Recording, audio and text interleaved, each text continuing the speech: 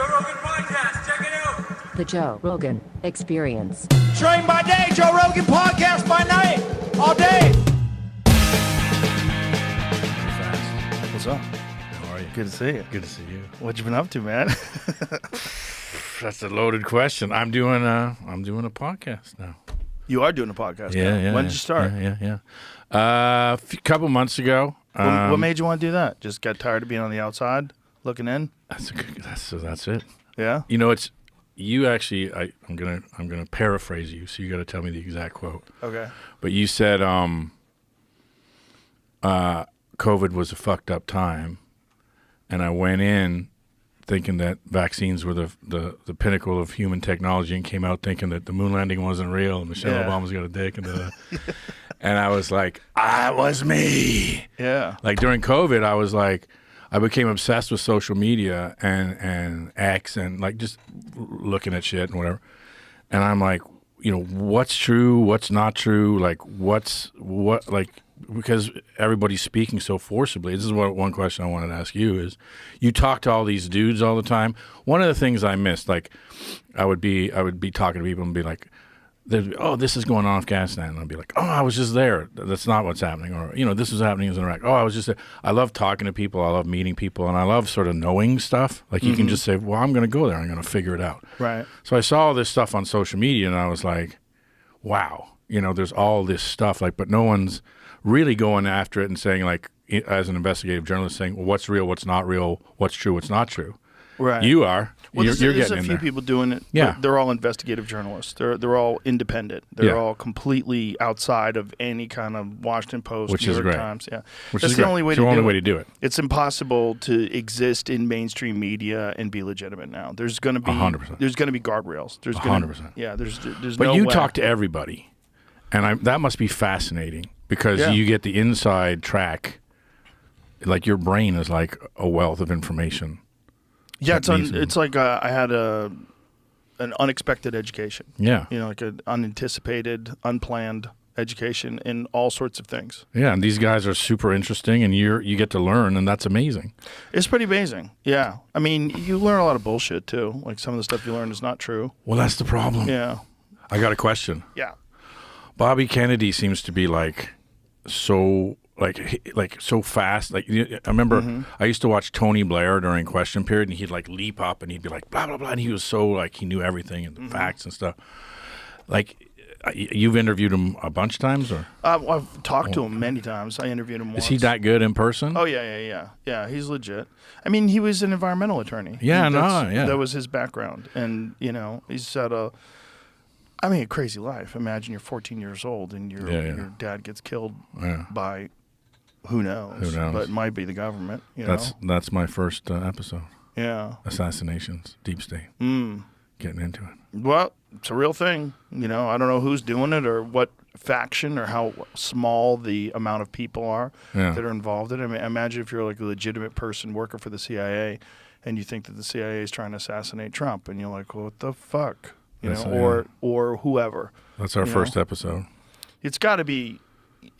I mean, it's got to be a small faction of intelligence agencies that want to do things like how many people do you think were involved in the Kennedy assassination?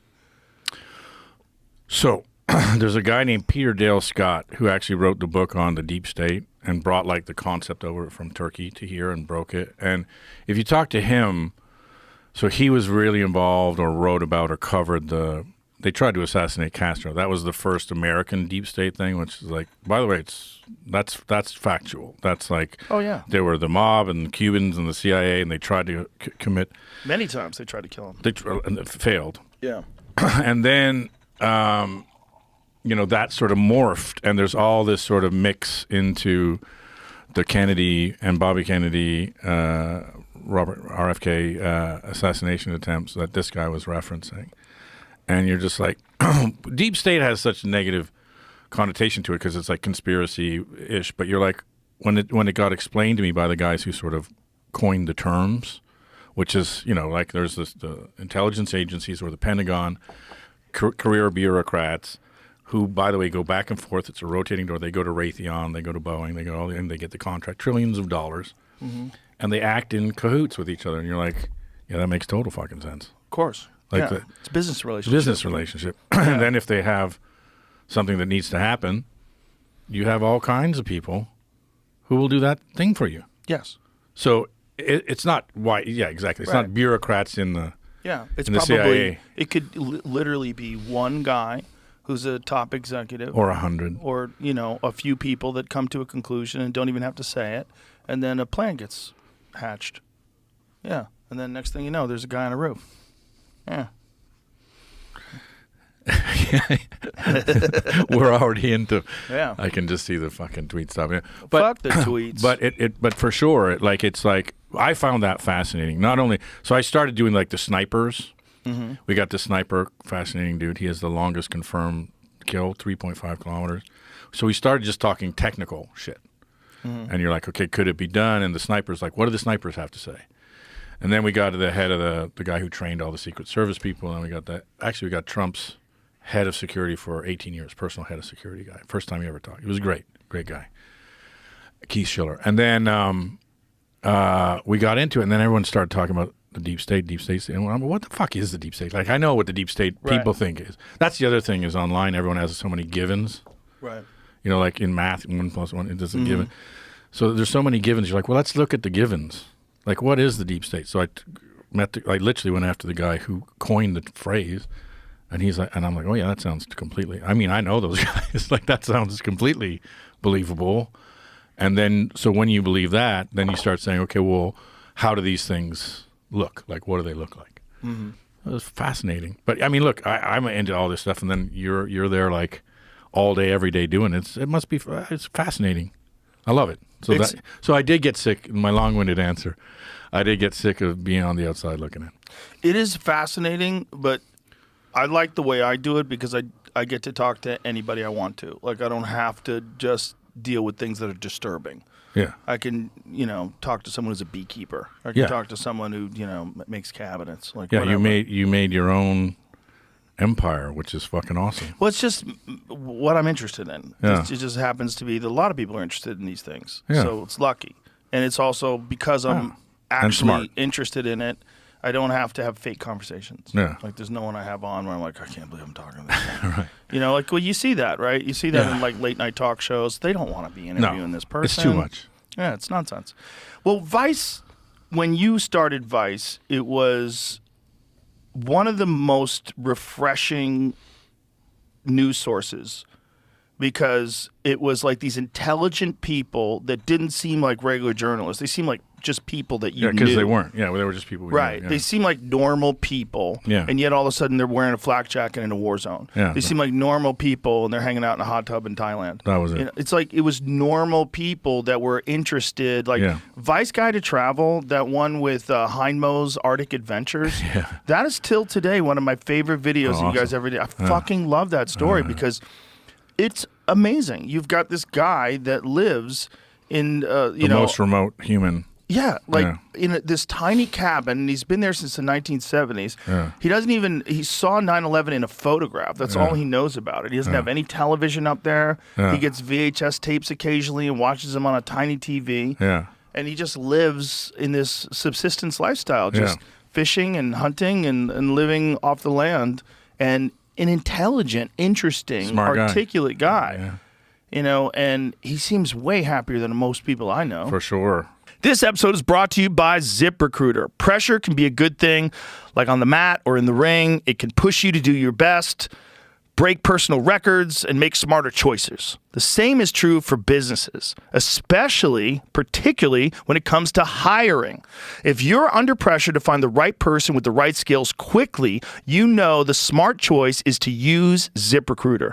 Or you do now, at least. 4 out of 5 employers who post on ZipRecruiter get a quality candidate within the first day. Plus, right now, you can try it for free at ZipRecruiter.com/Rogan. ZipRecruiter is the hiring site employers prefer the most based on G2. And that's probably because it doesn't waste your time or money. ZipRecruiter uses powerful matching technology to find the top talent you need fast. It's insane insane how quick it is. So relax, employers, and let ZipRecruiter speed up your hiring. See for yourself. Just go to ZipRecruiter.com/Rogan right now to try it for free.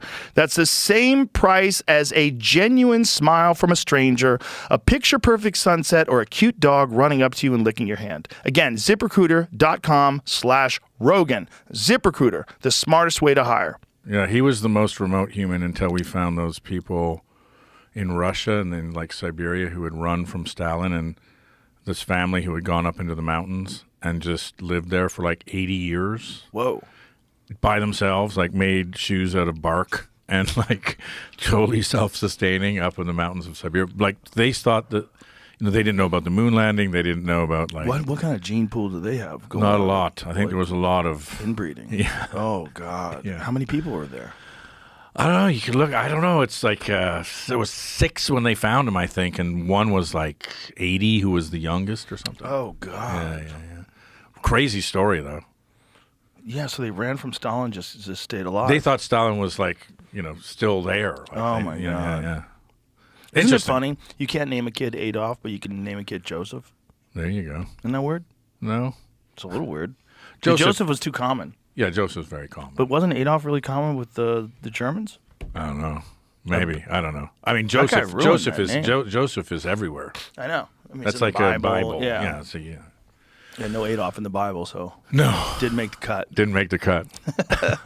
But when you guys were, when it was young, it was like it was new internet, right? Because the internet opened up a bunch of different possibilities, and it Yeah. opened up possibilities for legitimate independent journalism and legitimate independent thinkers who were really disconnected from this sort of stiff, stuffy, mainstream perspective of what's going on in life. And you guys gave a completely unfiltered perspective as a normal human who's experiencing these bizarre circumstances in these exotic lands. And it was awesome, man. It was Thank awesome. you. And then now it's this bizarre propaganda machine that's ideologically captured to the point where it's preposterous. Like they say things that are just so outlandish and so not in tune with logic or objectivity. It's so strange to see going from what you made to what it is now. Yeah, look, I mean, I could get into the the nuances, which are many and boring, but basically what happens is, and I actually called it from the beginning. I said, look, we're going to get too big, and at that point, we're going to become the thing that we're like we were a challenger brand, and we're going to become the status quo, and then we're going to get our asses kicked, A. B, I said, look, all internet is now consolidating, and media is consolidating, and everybody's consolidating because they have to, because there's the big five are taking all the money. And we knew it was coming, but it came like, look, I'll tell you another thing. In media, there's not a lot of people picking shit. Like you get to pick shit because you run your own shop. You're the man. But like when you run media, it's like people put on what people watch. That's the rule. Like you just put on shit and people watch it. And then like if you say I want to do this and nobody watches it, then you don't get to say I want to do this that often. So, and we always had a thing where we gave the company over to the interns. If we just stayed a Gen X free giveaway, we would have never gotten into video. In fact, when we got into video, we were derided by the old guys for selling out because going to online video was seen as a sellout because we should have stayed a magazine. So we used to give it over to the interns, and then the interns they had a different fucking everything. They had a different philosophy. They had a different subject. They had a different fucking everything. And they were going. And by the way, the traffic was still there. And I was the same. I was looking at it. What the fuck is this? Right. What the fuck is going on? And, they're like, well, that's the traffic. And your fucking things that you like gets no traffic because you're an old man. So anyway, I was semi-retired for a number of years. And, look. When did you get out? I moved to L.A., just trying to remember now, 15, 16, around there.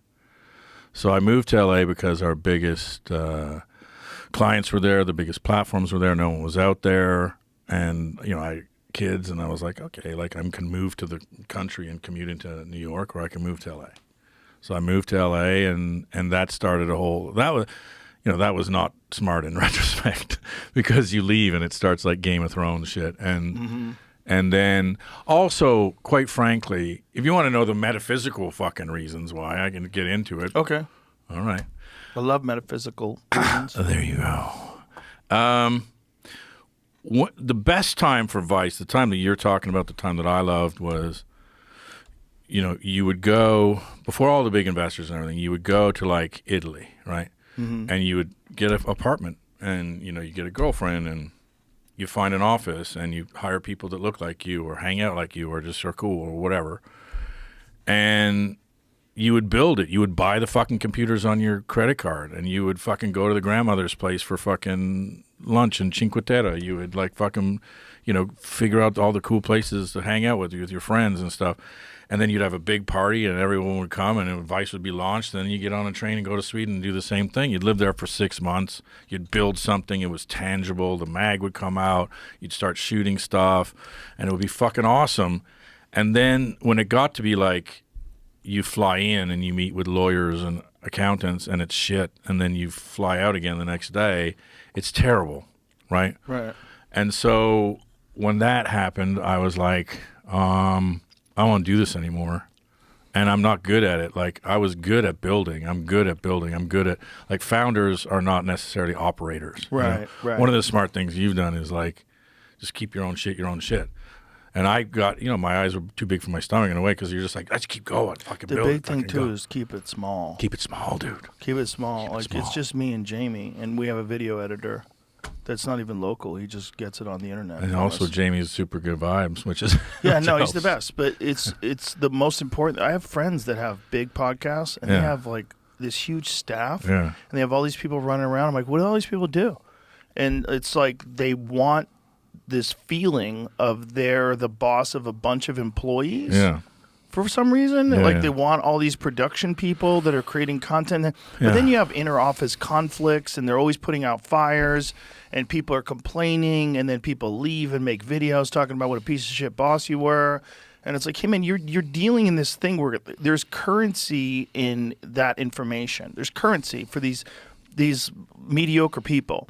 So you hire these mediocre people, and these mediocre people attack you because there's currency in attacking you, but you didn't need them in the first place. This whole thing was stupid. Like, you're making a little bit more money, but you have more problems. But you don't notice that money. Like, you have to pay attention to what you notice, right? Whatever the fuck you have in your bank account, if you're a fairly wealthy person and you have $100 more, $100 less, $1,000 more, $1,000 less, you don't notice it. But I'll tell you what you do notice. You notice hassle. You notice problems. Those problems are worth a lot of money to get rid of. Like, if you had a bunch of employees like, fuck, what can I do? There's so many people. It's so annoying. God, I wish we were small again. Getting back to small again is a grind. You got to fire people. You got to downsize. You got to figure out how to do it. That's a mess, man. You don't want that mess. So that extra money that you got by making things too big, you fucked yourself. You got greedy. You looked at it the wrong. Like, someone said to me, like, I was in the parking lot of the Comedy Store. This friend of mine who's not even very successful was like, I'm trying to find a new assistant. I go, why do you need a new assistant? He goes, you don't have an assistant? I go, no. I go, this is what you do. Do less shit. If you need an assistant, you're doing too many things. Do less shit. Don't get a fucking assistant. You have an assistant, you have what happens at David Spade. The guy shows up with duct tape and a taser and tries to kill you. Remember that? Yeah. Because they wind up resenting you. Yeah. Because if you got some person who's working for you, he's making $50,000 a year, and you have $50 million, they want to kill you. Yeah. After a while, they're like, I'm a part of this too. Like, they don't think of it as this is a great job. Yeah. This job could eventually lead to something bigger. People get resentful. Also, the type of people that are 34 years old, they're working as an assistant, probably a little fucked up, probably made some mistakes, probably, not really on the right path in life. Now, all of a sudden, you're connected at the hip to this person. Yeah. And then they want to tell you about their problems. And maybe got an ex-wife, or maybe they got a this. And if they're making more money, you think I can make more money. And so you've because you wanted to appear like you have everybody wants a big organization. Yeah. Like Vice is big now. Yeah. You know, the JRE, we have 1,000 employees worldwide. Yeah. We have 3 employees. Yeah, smart. You know, Harvard should hire you to teach business because that is 100% of it. No, I'm just saying. No, that's this But business. listen, but this it's business. so fucking right. Like you just said what's in my fucking brain. Like it's that 100% of that is true. Everyone should listen to this guy because it is 100 fucking percent true. When you're younger, run a tight ship. You gotta run a tight exactly. ship. When you're younger, you're like, oh fuck it. And look, a fucking punk kid that came from nothing. And so like when you have employees, there is actually a Harvard thing where they say there's a paradox where you hire somebody because you want to have someone to help you, but they're not as good as you, and you hire someone who's not as good as you, and then you hire someone who's not as good as them. So then all this stuff, and you have to do more work. There's more hassles. Then you have a whole group of people reporting to you, and this is exactly not how to run a business. And I even knew that going in. And then you hire, and you're exactly right, and you hire all these people. All they need to do is be in the same room as you. Yeah. And then that's access. And once there's access, then you're exactly what you said. Then you deal with their issues. And you deal with everything. Shane, can I pull you aside for a second? There's a project that my friend and I are working on. I'd really like to get you involved. Yeah. Oh. But yeah, no, it definitely got too big. And you're exactly right. Like, look, you're a wise dude because, like, you keep it small. You're exactly right. That's, like, after having learned what I've learned, like, we have a tiny little team that makes this thing, and it's super like it's like the early days of Vice where you're just making shit and talking to people and chopping it up and doing stuff and trying new shit out and doing, well, one week it'll be like this and the other week it'll be like that, and we'll just fucking do everything. It's so much more fucking fun. You're 100% right. Yeah, fun is the most important thing. Like if you Brian Callen said this to me once, and it's really great advice. He goes, all you really want is to be able to go to a restaurant and not worry about what things cost. Yeah. Everything else is bullshit. 100%. It's true. Yeah. Everything else is bullshit. 100%. You get used to cars. You get used to houses. Like, I realized like early on, I got an apartment when I lived in North Hollywood. It's like the first nice apartment I had. But after I was in it a couple of weeks, it was just my house. Yeah. Just like the house I have now. It's Yeah. not that much different. It's just like you're home. Okay, great. What do you need? You need a couch. You need a TV. You need a bedroom. You need a kitchen. That's all you need. Hopefully it doesn't stink. Hopefully it doesn't suck. Hopefully your neighbors aren't loud. Hopefully it'd be nice if you have a view. That's cute. But other than I'll that, go a step further than that. Is you I don't know about you, but you accumulate shit, right? And because I never had anything, I was I got into watches, I got into shit, I got into art. Then I got I don't even fucking drive. And I got Johnny Cash's fucking car from 1969. what kind of car is that? So in 1969, Johnny Cash had the #1 show in America, and ABC got him a one-of-a-kind Rolls-Royce extra long body, all black mahogany interior. Ooh. And check this out. So I got it. So it was me and Wayne Newton.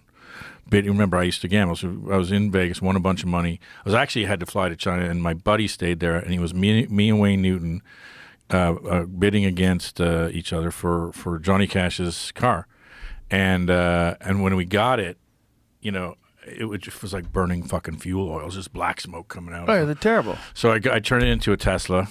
And no. Yeah. It's fucking awesome, dude. It's awesome. We chopped it. We kept everything. Where is this? Is it online? Can I see this thing? You can see. Yeah. Did you put it online? No, but No? there's a picture. I'll just show it to you. Can you send it to Jamie so we can see it? Just Everybody pull can see up it? Johnny Cash's Rolls Royce, 1969. It's a all black Rolls Royce. So I turned it into a Tesla, redid the whole interior. Fucking. Who did that for you? I'd have to get the name. That's There it? is. Look at that. Yeah. What would Johnny Cash feel Yeah. about his Rolls Royce getting Tesla I think you'd power? fucking love it because I was out with Rick Rubin in that car yesterday. But that's Johnny Cash, not Johnny Carson. Johnny Cash. Right. Didn't you say Johnny Carson? No, Johnny Cash. You said he had the #1 show on TV? Yeah, the Johnny Cash Why did I think Variety Hour. Oh, my God. I thought you said So Johnny ABC, Carson. For some reason. ABC gave him this car, and had it made into. I was with Rick Rubin in that yesterday. We were driving around in it. It's so fucking fast, and it drives like a fucking crazy boat. Wow. You gotta come out, drive it. Fuck, it's That's awesome. So you took a Tesla this guy Model did it, yeah. S and converted it. Yeah, these are the dudes who did it. Wow. And we redid all that wood now, so it's all the original black mahogany from from. So when the batteries go bad, you can just swap the batteries out. Just plug it in. No, you just plug it in. No, but eventually the batteries will deteriorate to the point where you will get really low mileage. You probably get low mileage already, right?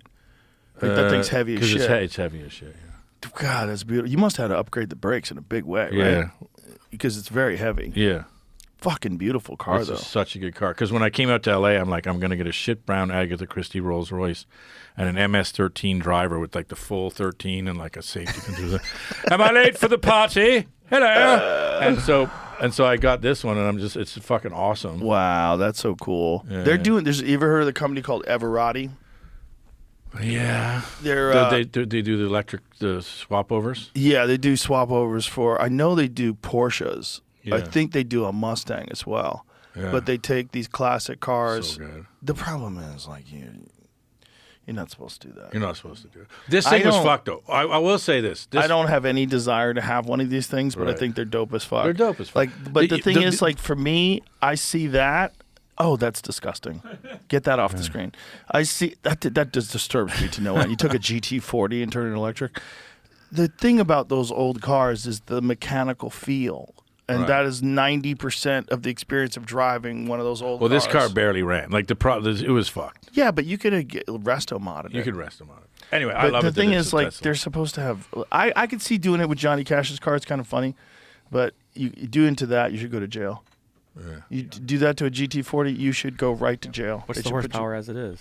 It's pretty good, right? Well, not really. Originally, this is Ferrari versus Ford. This is Right, the yeah, original car. I yeah. actually have the next version of that, which is the Wow. Ford GT. I have one of the 2005 ones that's a stick shift. Yeah. 'Cause I feel like if you drive a car like that, you have to drive a manual.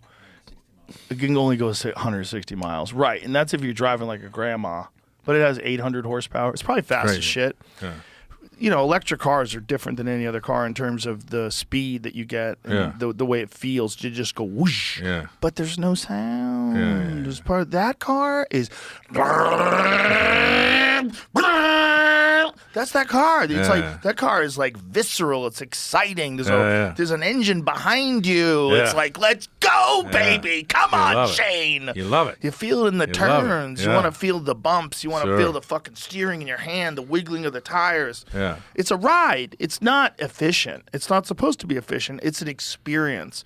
It's a sensory overload. It's not just transportation. Yeah. That's why turning one of those things into electric is gross. I did it because it was burning fuel. It was burning black smoke. Barely fucking ran. That car's fine. Yeah. That car's fine. Well, Rolls Royce is fine. So I love it.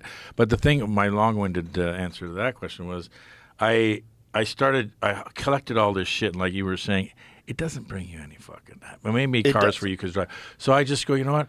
All of that shit. I was just talking to Rick about this too. Like I'm just going to get rid of it. Like the more I free myself from that shit and all that stuff. Yes. You're just like, you know what? Psychic burden. I used to go, speaking of the old days of ice, I had everyone used to laugh because I'd go for literally years with a backpack. And I'd just be like, well, all I wear is black jeans and a black T-shirt. Like, I would just buy new ones if I need something. You just go to a pharmacy. To this day, if I go to a fucking pharmacy in a foreign country, I'm stoked. Because it means I'm getting shit that I need, like shampoo and fucking toothpaste and little scissors for my nose hairs and shit. And that means like I'm on top of my game. I'm fucking ready to go. I gotta fucking interview people and do shit. Right. Because I'm gone to the fucking pharmacy. And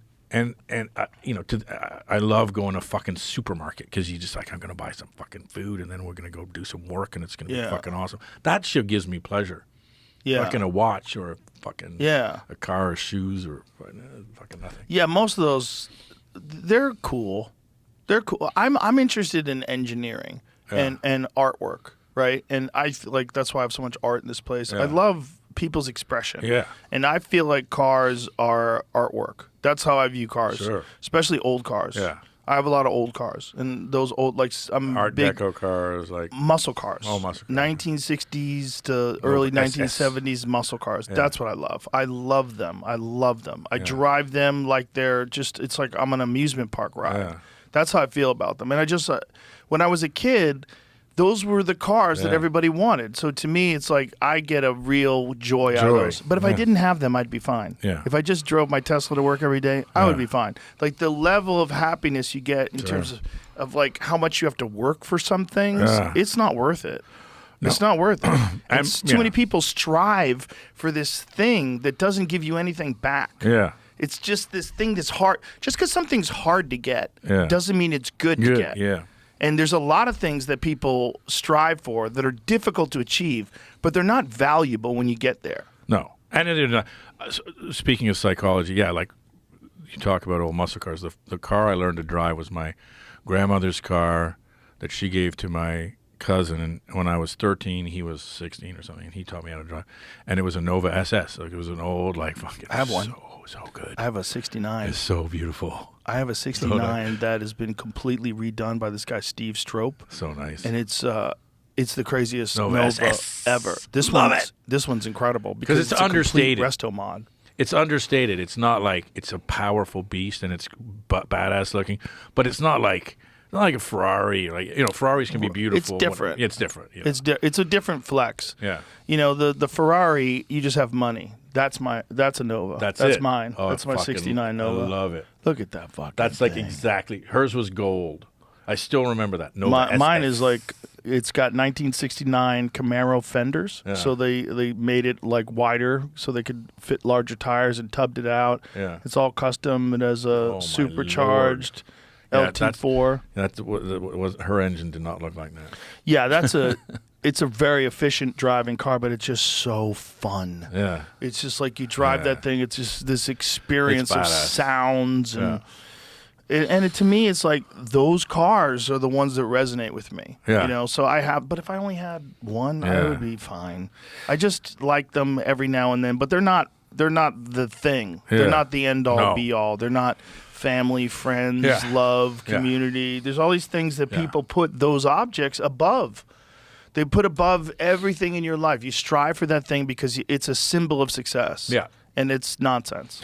So I had speaking of psychological damage as for things, I grew up poor, but went out with a very rich girl, and it was her birthday. Right, we were in France. It was her birthday, and her uncle had forgotten her birthday, and so he's just like, "Oh, here, take my watch," kind of thing. And they're like, no, like, that watch is like $50,000 watch, whatever. And I was like, there's no fucking watch that's worth $50,000. Like $50,000, like that was a watch. And it was like a classic Patek fucking Moonface, whatever. And I remember clocking the watch. And when I got money, I became obsessed with the classic Patek, which is now like $500,000. It's not $50,000. The Moonface. And That's so crazy that a watch is $500,000. oh, some of them are like $5 million. Isn't that nuts? Yes. And so, Like those Richard Mille watches. yeah, I mean, the most expensive are still Pateks, but yeah, like those ones, or I mean, rare ones. Like I was obsessed with. So I like the Paul Newman Panda, but they have like the lemon or the champagne Panda, which is the gold version of that, which they made like 4 of. And I was chasing that down, and now I'm like, what the fuck? You can't fucking wear it. Right. Like every place I go, you can't fucking wear any of those. Like I was fine here, and you can't put it through security. So what the fuck? Why can't you put it through security? Like, You think they would snatch it? oh, watches get snatched all the time. Yeah, but then you go, where's my watch? Yeah, It's just like it goes through the little thing. Yeah. Like how fast these people there's they're so gonna many. get rid of It's the not, watches. it's not happened to me. Although I have nearly lost them many times because you have a few ales on the plane and take your shit off and put it in the box, and then you sometimes. Oh no. I've never done it, but it's been close calls. But there's so many stories in the watch world about you're going through customs, you're going through security, you're going through somewhere, someone takes your phone. I've had a lot of people be like, "How much is that watch?" and you're like, "It's fake." I would just say it's fake. Yeah. Anyway, so I'm getting rid of all that shit just because you're like, fuck, it doesn't fucking mean anything. Yeah. And what actually does mean shit is like you were saying, like learning shit, educate, like making shit, but also at the same time, like going like, I'm learning shit. Yeah. It's fun. Getting Makes me fucking stimulated. happy. Look, Yeah. I'm fucking back talking to you. It's like, it's fucking interesting. It's Yeah. good for your brain. Positivity, Yeah. It's good for your mental health. Good for your mental health. It's also it's what life is about. Life is about growth. It's about Yeah. learning. It's about experiencing things. Yeah. And when you get an opportunity to talk to someone, like I talked to this woman the other day, Diane Boyd. Yeah. She wrote this book, A Woman Amongst Wolves. Right. She spent her entire life tracking wolves and handling them and Love it. collaring them and studying them. And she lived in a cabin in the woods for years Wow. by herself with no water and no electricity. Love it. Yeah, fascinating. Like, just like, you're a totally different type of person than I Yeah. ever experienced. What's your life like? What do you do? Like, what do you think about I'm this? hooked What do already. you think about that? Yeah. I love wolves. Yeah. I mean, it's, to me, there's so many opportunities in this life to be stimulated by exciting and interesting things. Yeah. Where you can learn about stuff. 100%. And if you can figure out how that's your job, and it's not just something that you do on the bus on the way So home, good. but it's actually your job, that's Yeah. that's a good life. Definitely. I mean, for me, that's what I love doing. I like talking to people, and I like learning. And I like, if you're learning shit, then other people, obviously, you do podcasts, they're learning. And it's just, it's an awesome thing to be able to do. Is there a way to do something like the original Vice, but just keep it small and That's what we're trying to do never now. let it grow? Like, listen, the Vice News right now is me. And I'm making podcasts. I'm doing shit that I find interesting. Is it still Vice? Do you call it Vice? Yeah. I mean, Vice So News are you is just me. still one of the owners? Like, how does it work? I mean, it's complicated. You don't have to get into the woods if you don't want to. It's The weeds, complicated. rather.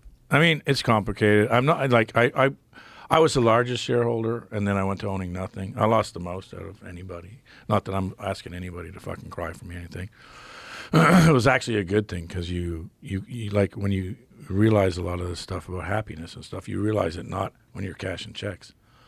You lose, not a calm sea, never a good captain made, But yeah, throughout all the changes, basically I was still in the backdrop, just around. Why didn't you sell when it got at the top? Why didn't you get rid of all your shares? Look, that's the whole thing about.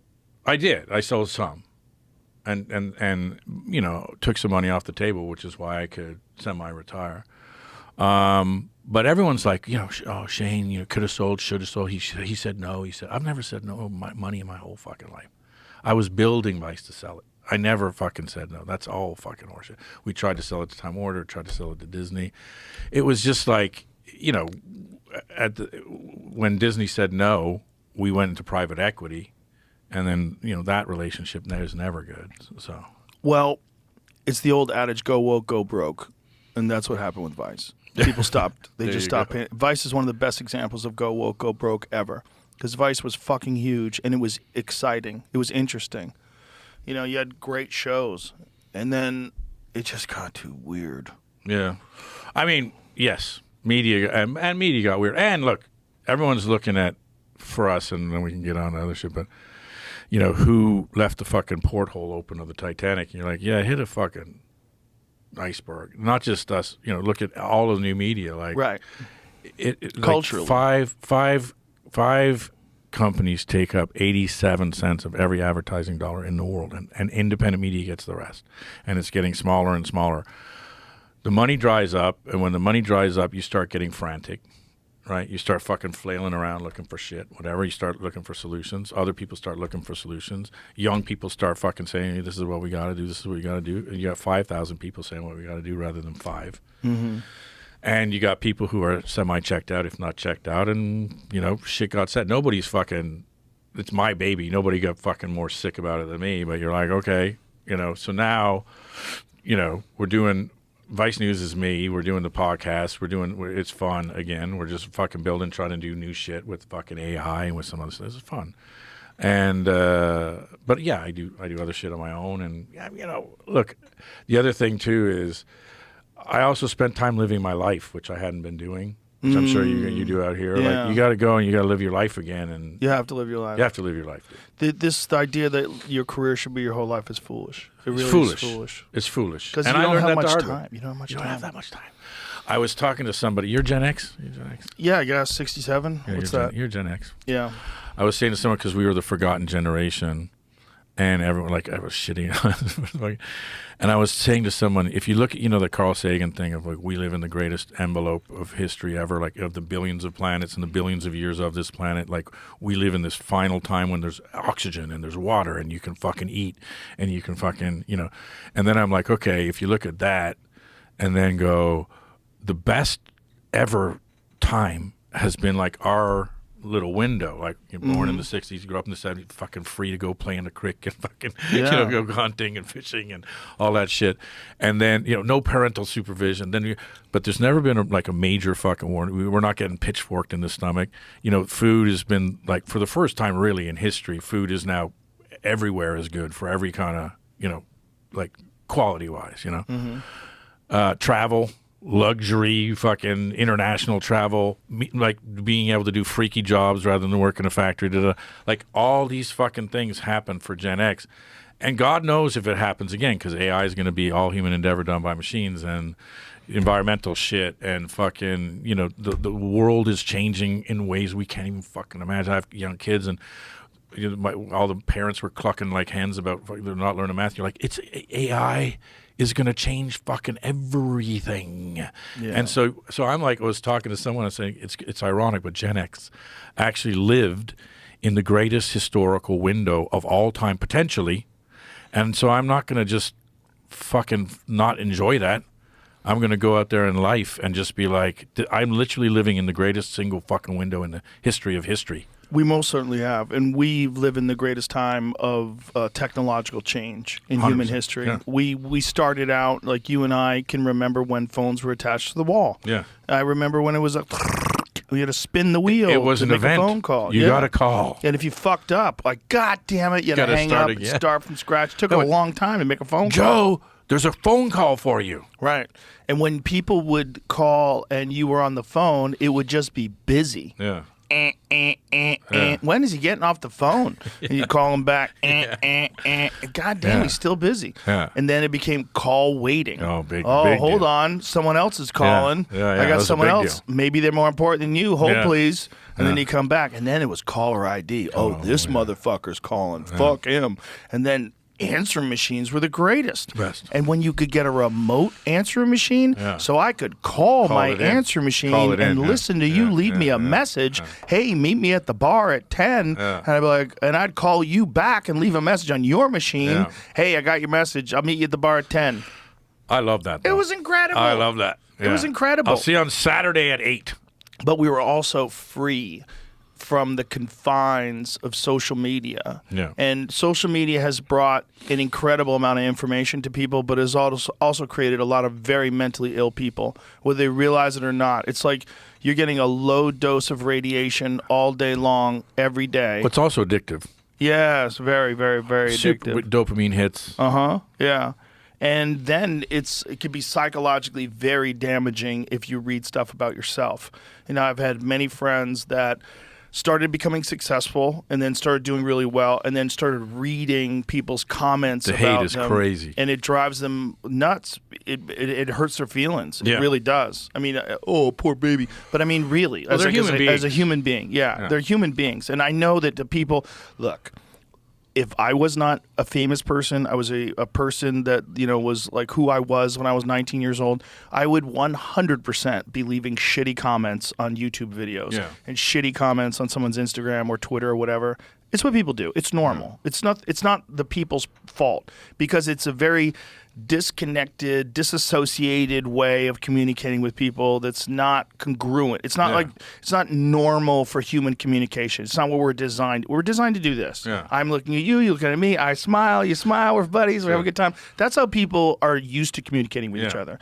When you're communicating with people through text, it's fucking bizarre. It's very bizarre. It's very different, and it's not good for you to take in the opinions of hundreds of thousands of people that may or may not be mentally ill, may or may not be going through a divorce. Yeah, have an axe to grind, or just look. If you're successful in particular, there's a lot of unsuccessful people that are very bitter, very sad, and they want to find everything wrong with you.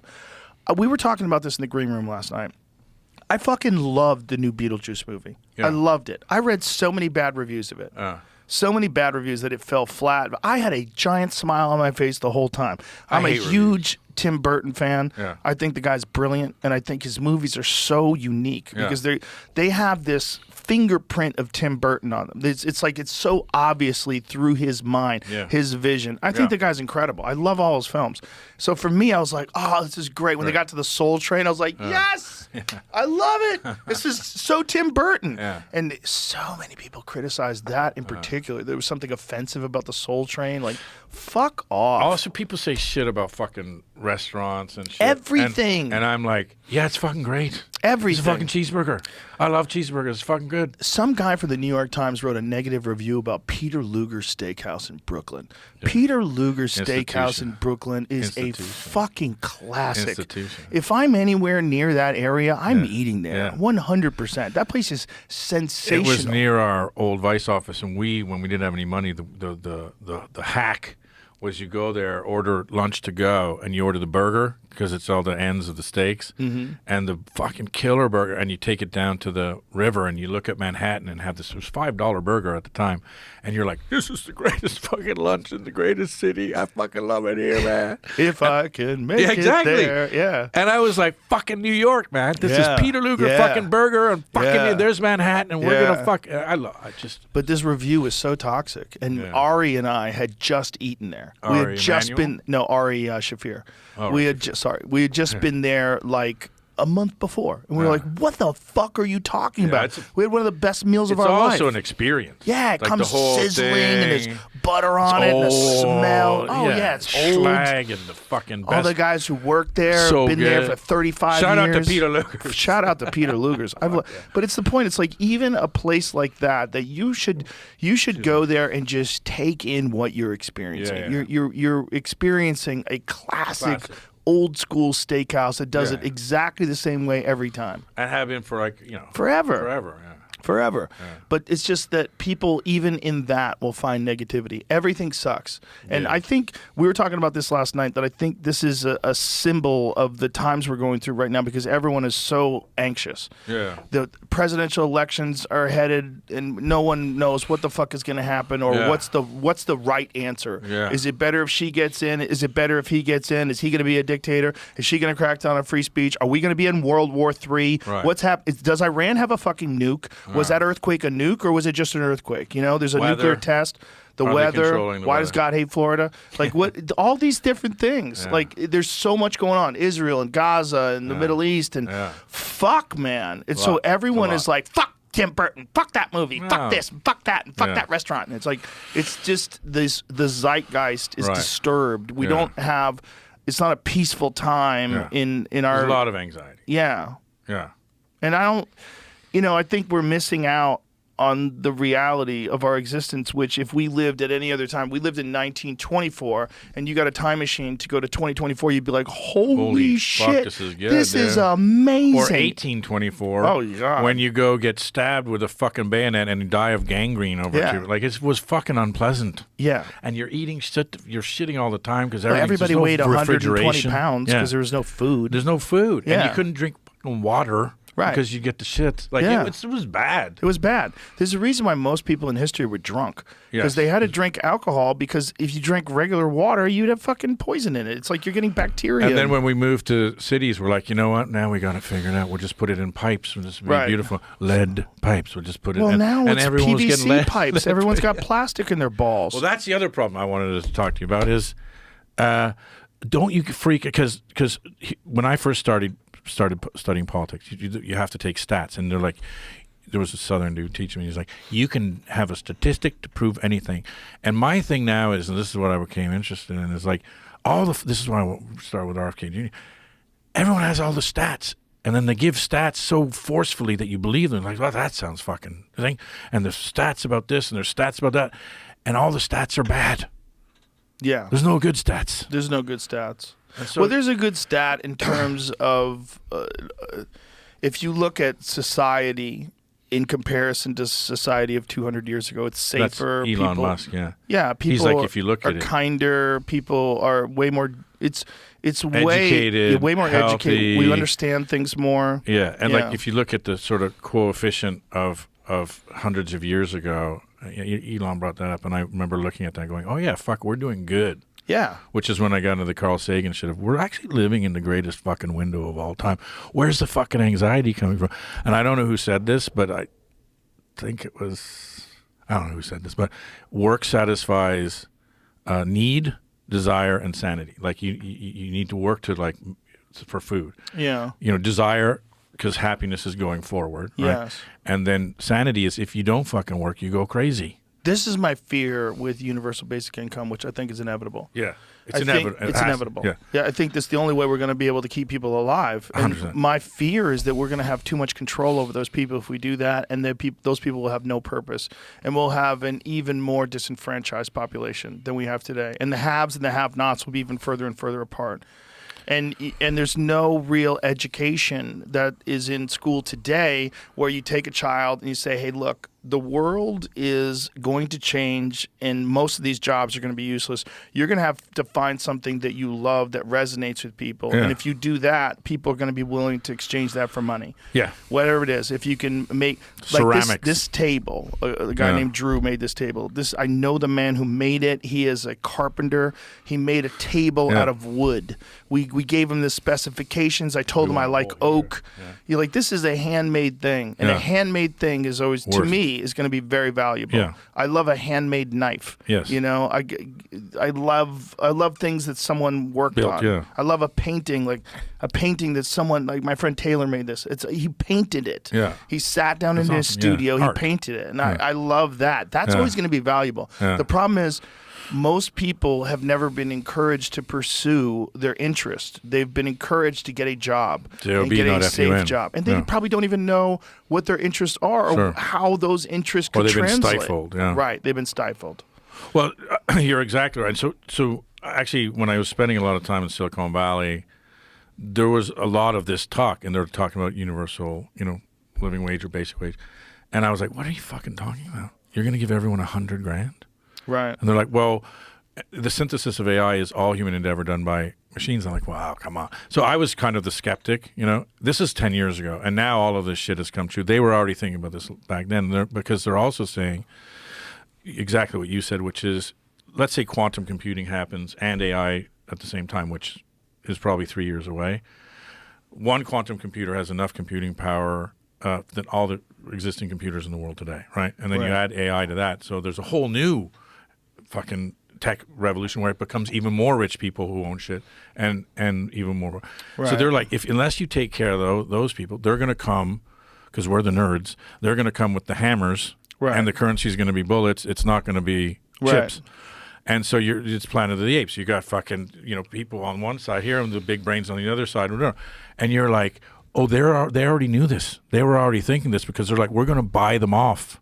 But people are going to go crazy if you buy them off. Yeah, it's not necessarily buy them off. It's keep them alive. Yeah, keep them alive. Okay. Because people are not going to have any fucking money. And buy them off because they're afraid that they're going to come take their shit. I don't think we should look at it that way. I think there's got to be a concerted effort to educate people about the possibilities of their life on Earth. That they've been indoctrinated to think that they have to be a worker. How many of these people are out there that are doing masonry work really want to be a painter? How many of those people that really wanted to be in a band? How many of these people? There's something probably that most people want to do. Yeah. One thing the universal basic income will do is if you give everybody $100,000 a year, whatever it is, you're going to satisfy they're not going to worry about rent. They're not going to worry about food. Yeah. So now maybe they can creative. pursue. The problem is people get fucking lazy when you give them free money. It's just Maybe. a fact. Yeah, maybe you're right. It's not everybody. Yeah. But a lot of people. Yeah. They just exist and they'll just play video games all day. And, look, if we're going to deal with a society where everything is run by AI and automated, that you're going to have to give people money, because the extraordinary wealth that's going to be generated by AI is going to make that not that difficult to do, especially when you consider how much money we give to other countries already. 100%. Right? Over the last couple of years, we've given how many $1 billion to Ukraine? I think it's up to $200 billion now. Yeah. Something crazy like that. Yeah. That amount of money, when you're dealing with AI, when you're dealing with automation, just to keep people fed and housed, like, that's reasonable. Mm-hmm. But you're going to have to figure out a way to give people purpose. Yes. And that's going to have to be a revamping of the education system. That's exactly right. It's a revamping of the education system, because you're saying, well, all of these, we were, and this is another great thing on Gen X, but we were built to be workers. You're supposed to get universal education is supposed to just be enough so you can be a good worker and a good taxpayer, and you get a job, and then by the way you get out of college and you already have debt, then you buy a consumer durable, you buy a fucking car, you buy a washing machine, and that's we'll give everybody that, but we give you debt, and then you buy a house, and then you're in debt, and then you finally get out of debt, and then you die. Right. And so you just work, and by the way, you're exactly right. You had to get a job. Job, not fun. It's just you go and you do it, and you give you money, and and you become an adult. That's it. Yeah, and then but that's not true, because all of this human endeavor is now going to be done by machines, and you're like, okay, now what do you got? And I agree 100%. It's going to be something that we can't even fathom, which is, what do you really like to do? Right. What do you love doing? By the way, building a table is worth more than fucking being a corporate executive. Well, So- it is if you enjoy it. Exactly. Yeah, if you have a business that you actually enjoy doing. Exactly. That's what I'm saying. Like, that's what we have to teach. Yeah. Rather than We have to, and there's also this comparing thing. I was at dinner the other night, and my friend, who's friends with this billionaire, his friend is a billionaire, and his friend was comparing his wealth to friends of his that own multiple corporations that are worth 30, 40 billion. He's like, I'm fucking poor compared to that guy. I'm like, right. You missed the whole point. Point. You missed the whole point of getting wealthy. Yeah. Like, you have fuck you money, and you're not even saying fuck you. You should be on a boat somewhere, man. You That's should it. be marlin fishing. Yeah. You should be fucking laying in the sun. You should be doing things you enjoy doing. You should be taking that trip you always wanted to take. That's what you're supposed to be doing. You're not supposed to be keeping up with other billionaires. So you're working 16 hours a day on Adderall just so that you can fucking get those stock numbers moving. Like, what? Well, the smartest thing anyone ever told me about money was my old man, and he said, life is like a shit sandwich. The more bread you have, the less shit you have to eat. This is a guy the only dude who ever lost money on insider trading. He was not good at money. But it's true. Like the one thing that you do notice when you get a bit of cash is people are fucking nice to you. That They're helps. nice to you. And when you people. don't have money, Not online. not online, no.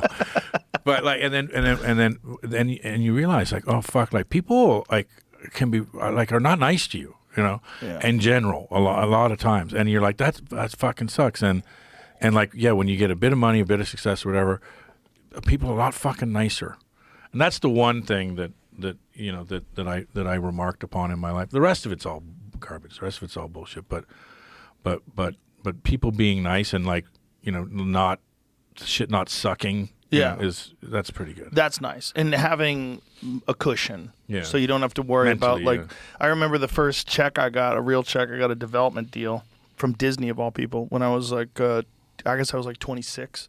And it was the first time ever I had like a good chunk of money, like 6 figures in the bank. Yeah. And I felt Different. I felt weight lifted off Yeah. of me, like a physical feeling of, whoa. Yeah. Because my whole life, it's like, how am I going to eat? Yeah. How am I going to pay my rent? How am I going to do this? And then all of a sudden, I don't have to worry about that anymore. Yeah. And I was like, oh, I get it now. And I remember this revelation, like, okay, now I just have to keep this momentum going. Yeah. Because once you have a good amount of money where you don't have to worry about money anymore, you don't want to ever get back to that desperation feeling. That's a terrible feeling. And that's the feeling most people are listening to this exist in. Yeah. That feeling of Sure. concern about your bills. It's Yeah. the number one struggle in marriages. It's the number one It's the number one stroke for everything. for everything. Well, this is why bring it up. Like, I had the exact same moment in my life. I never had any money, and then I'll never forget it. I was walking down the Ramblas in Barcelona because I was living there trying to set up Vice Spain, and I went in a bank machine, and we had done some deal, and it was the first time I got paid any money. It wasn't a lot of money, but it was same kind of deal, like 6-figure thing, and I took out the money, and I went. Like, my life changed. That I still remember how how it smelled. I still remember because my life changed. It was the first time I didn't have $28 in my bank account. Right. And I just went, and like my breathing changed. Yeah. Just everything. Like you said, like there's like A weight lifts off you. weight lifts off you, and that and humans don't like to go backwards. But yeah, living in that sort of constant fear. That's the problem with money. Yeah. And that's why there is a chance, and it was good that you brought that up, actually, that like you can kind of take this any way, like humanity can take the next, let's say, 20 years any way we want to take it. And you can take it to be like, let's fucking learn from what we've learned and be positive and try to take this as a fucking thing where humanity gets better and we do this in the right way rather than just do it fucking knee-jerk reaction, freaking out, like what the fuck's going to... Like, I'm sure that you're going to look back at a time when like social media was fucking up kids' heads, and we're going to say, that was crazy, dude. Right, it's going to be like smoking. We're going to look at the stock market and go, yeah, it's fucking completely manipulated by supercomputers and trillion-dollar funds, and the little guy gets fucked. Why the fuck did we let that happen? Right. There's going to be all kinds of coming out of the pond moments where we go, hey, like we were doing it wrong. Yeah. But there's this big, chaos is a ladder. There's this big... chaotic time right now, and you're exactly right, and people getting anxious about it and everything. And you're like, yeah, we got to use that as a time to say, hey, why don't we fucking have an economy where there is a universal basic wage or living wage, and we take that to doing shit where you do something that you like and you're happy about, because that your job is probably going away. I guarantee you, it will cause less crime. I think crime will dip substantially. Yeah. I think there'll be less civil unrest. People's needs will be met. It'll give everyone that feeling of, oh, I don't have to worry about my bills anymore. It's just finding purpose. That's going to be the next thing. And the people that are really going to be fucked are the people that didn't find purpose already, and then they're like 40, and then that happens. Because they're going to be sad. And that's what I'm worried about. I'm worried about the people that are already sort of indoctrinated into a certain specific way of living, and then all of a sudden their purpose, which was their job, they worked at the factory, and they're like, Johnny's employee of the month. Johnny, you're doing a fucking great job. I really appreciate you. Yeah. And that guy feels purpose. He puts in a hard day's work. When he gets that paycheck, he knows he earned it. That's who he is. He's the number one guy at the plant. Mm-hmm. He's the foreman. He's the guy the men respect. That's a real thing for human beings. We need a thing that makes us feel like we're progressing. Yeah. It's a part of our DNA. Our DNA, the reason why we're still alive, the reason why we survived, is because we solved problems. We figured out what's going on. We made ourselves useful, and it makes you useful to the tribe. Yeah. It makes you feel good. You have a sense of purpose. That's the guy that's the best hunter. She knows how to fucking plant vegetables. He knows how to make cloth. Everybody had a job, and it gave you a sense of purpose. Yeah. We're going to have to figure this out quick 100%. Because I think it's going to be like the birth of a child.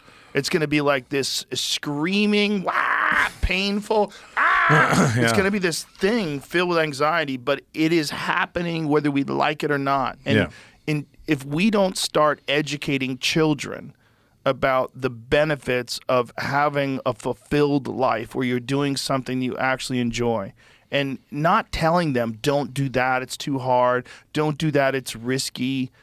Thank God I didn't listen to anybody, because my whole... You wouldn't exist. I would have not a thing I did ever anybody told me to do. Not fighting. My parents tried to stop me from fighting when I was doing martial arts. When I tried to do comedy, they were worried that, why aren't you did so well in martial arts, why are you quitting and doing this new thing?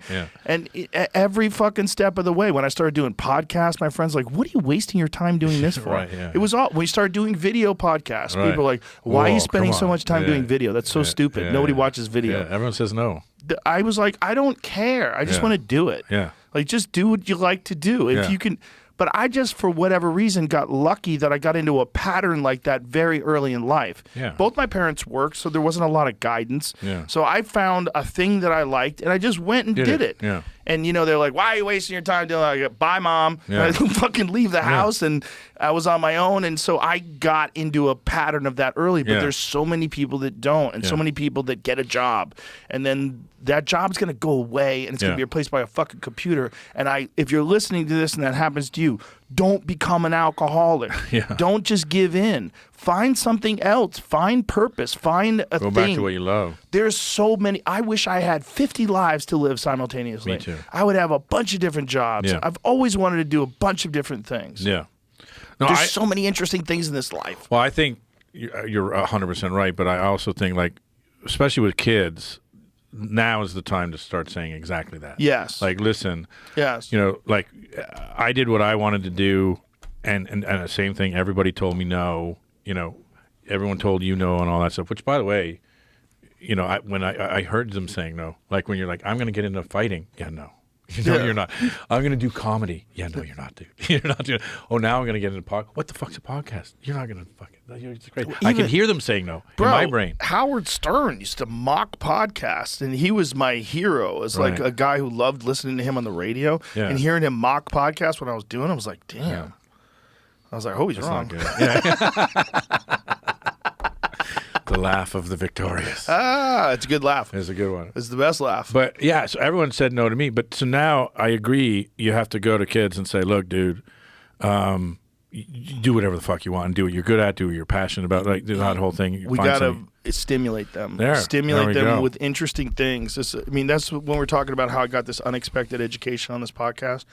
I realized that it wasn't that I was not interested in things or that I wasn't intelligent. It's that I wasn't stimulated. And I was a very physical person when I was a kid. I had so much fucking energy. And when you're sitting in a class and you're a little buzzsaw, like it was like, I can't do this. And if I lived with the wrong parents, and especially in a different time, I would have 100% been medicated. Yeah.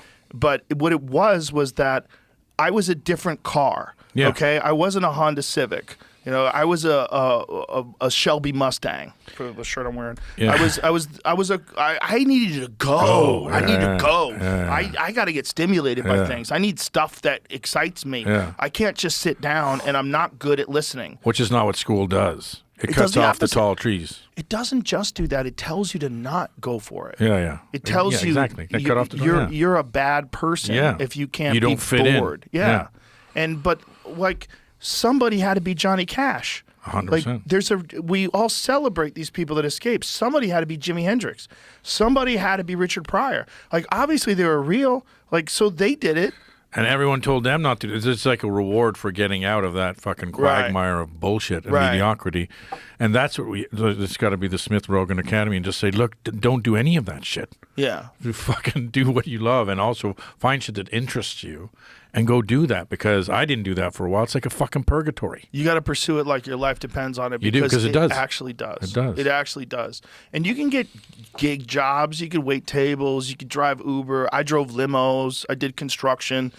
I did whatever I had to do. I delivered newspapers. I did whatever I had to do to try to like do a thing that, and I didn't know if I was going to make it, but back then, when you're 21 years old, you have no responsibilities. Yeah. No health insurance, no nothing, and you could just fucking try things. Yeah. Just try things. And if you don't do that, you're going to be sad. And that's the reality of the world we live in. When people want to talk about the levels of depression in this country, what about the levels of purpose? And do they coincide? Yeah. With the levels of how many people have learned to control their emotions? How many people have learned to get their health in order? How many people have learned how to meditate? How many people have learned how to think about things before you make a decision and try to give yourself advice objectively? How many people have learned over how to do that? medicate or not medicate at all? Yeah, not medicate at all. Yeah. How many people have learned how to like apologize to your friends, apologize to your family if you made a mistake? How many people have learned to own up to when you were in the wrong, instead of just covering it up and pretending and arguing and trying to distort things? Just learn. Learn and grow. Like we all make mistakes. And if you're on the wrong path in life and if you're doing something you don't want to do, figure out a way to get the fuck out of that job and actually do it. Don't talk about it. Fucking do it. Because if you don't, and if you do it, it's going to be so exciting. It's going to be terrifying. And you'll be like, oh my God, I can't believe I'm afraid. Oh my God, I gotta make this happen. But fucking go for it. Yeah. You don't have much time. You have to. You got to. You have to. If you don't, you're going to be sad. And that's just the reality of a lot of you. Or you're going to be angry. Yeah. And it's really, you're not even angry at the things you think you're angry at. Yeah. You're angry at your existence. Well, that's when I go back to this thing of, you want to talk about meditation, is whenever you get angry or anxious, whatever, say, look, you're living in the greatest fucking window of time ever in the history of fucking time. Ever. So what are you waiting for? The better window of time? Right. It's not coming. Right. And so when you put it in a sort of grandiose perspective, you're like, I'm going to enjoy the fucking shit out of today because this is the best day in the fucking world ever. It's the best day ever. But not only in the world, in the history of the world, but in the history of every other planet that we that we know about. And part of what makes it exciting is that we're almost blowing it apart. Yeah. Well, that's the other problem. Like, that's what you should enjoy if you're sitting at a restaurant having a nice steak and a glass of wine. You should enjoy the fact that, we're not in rubble.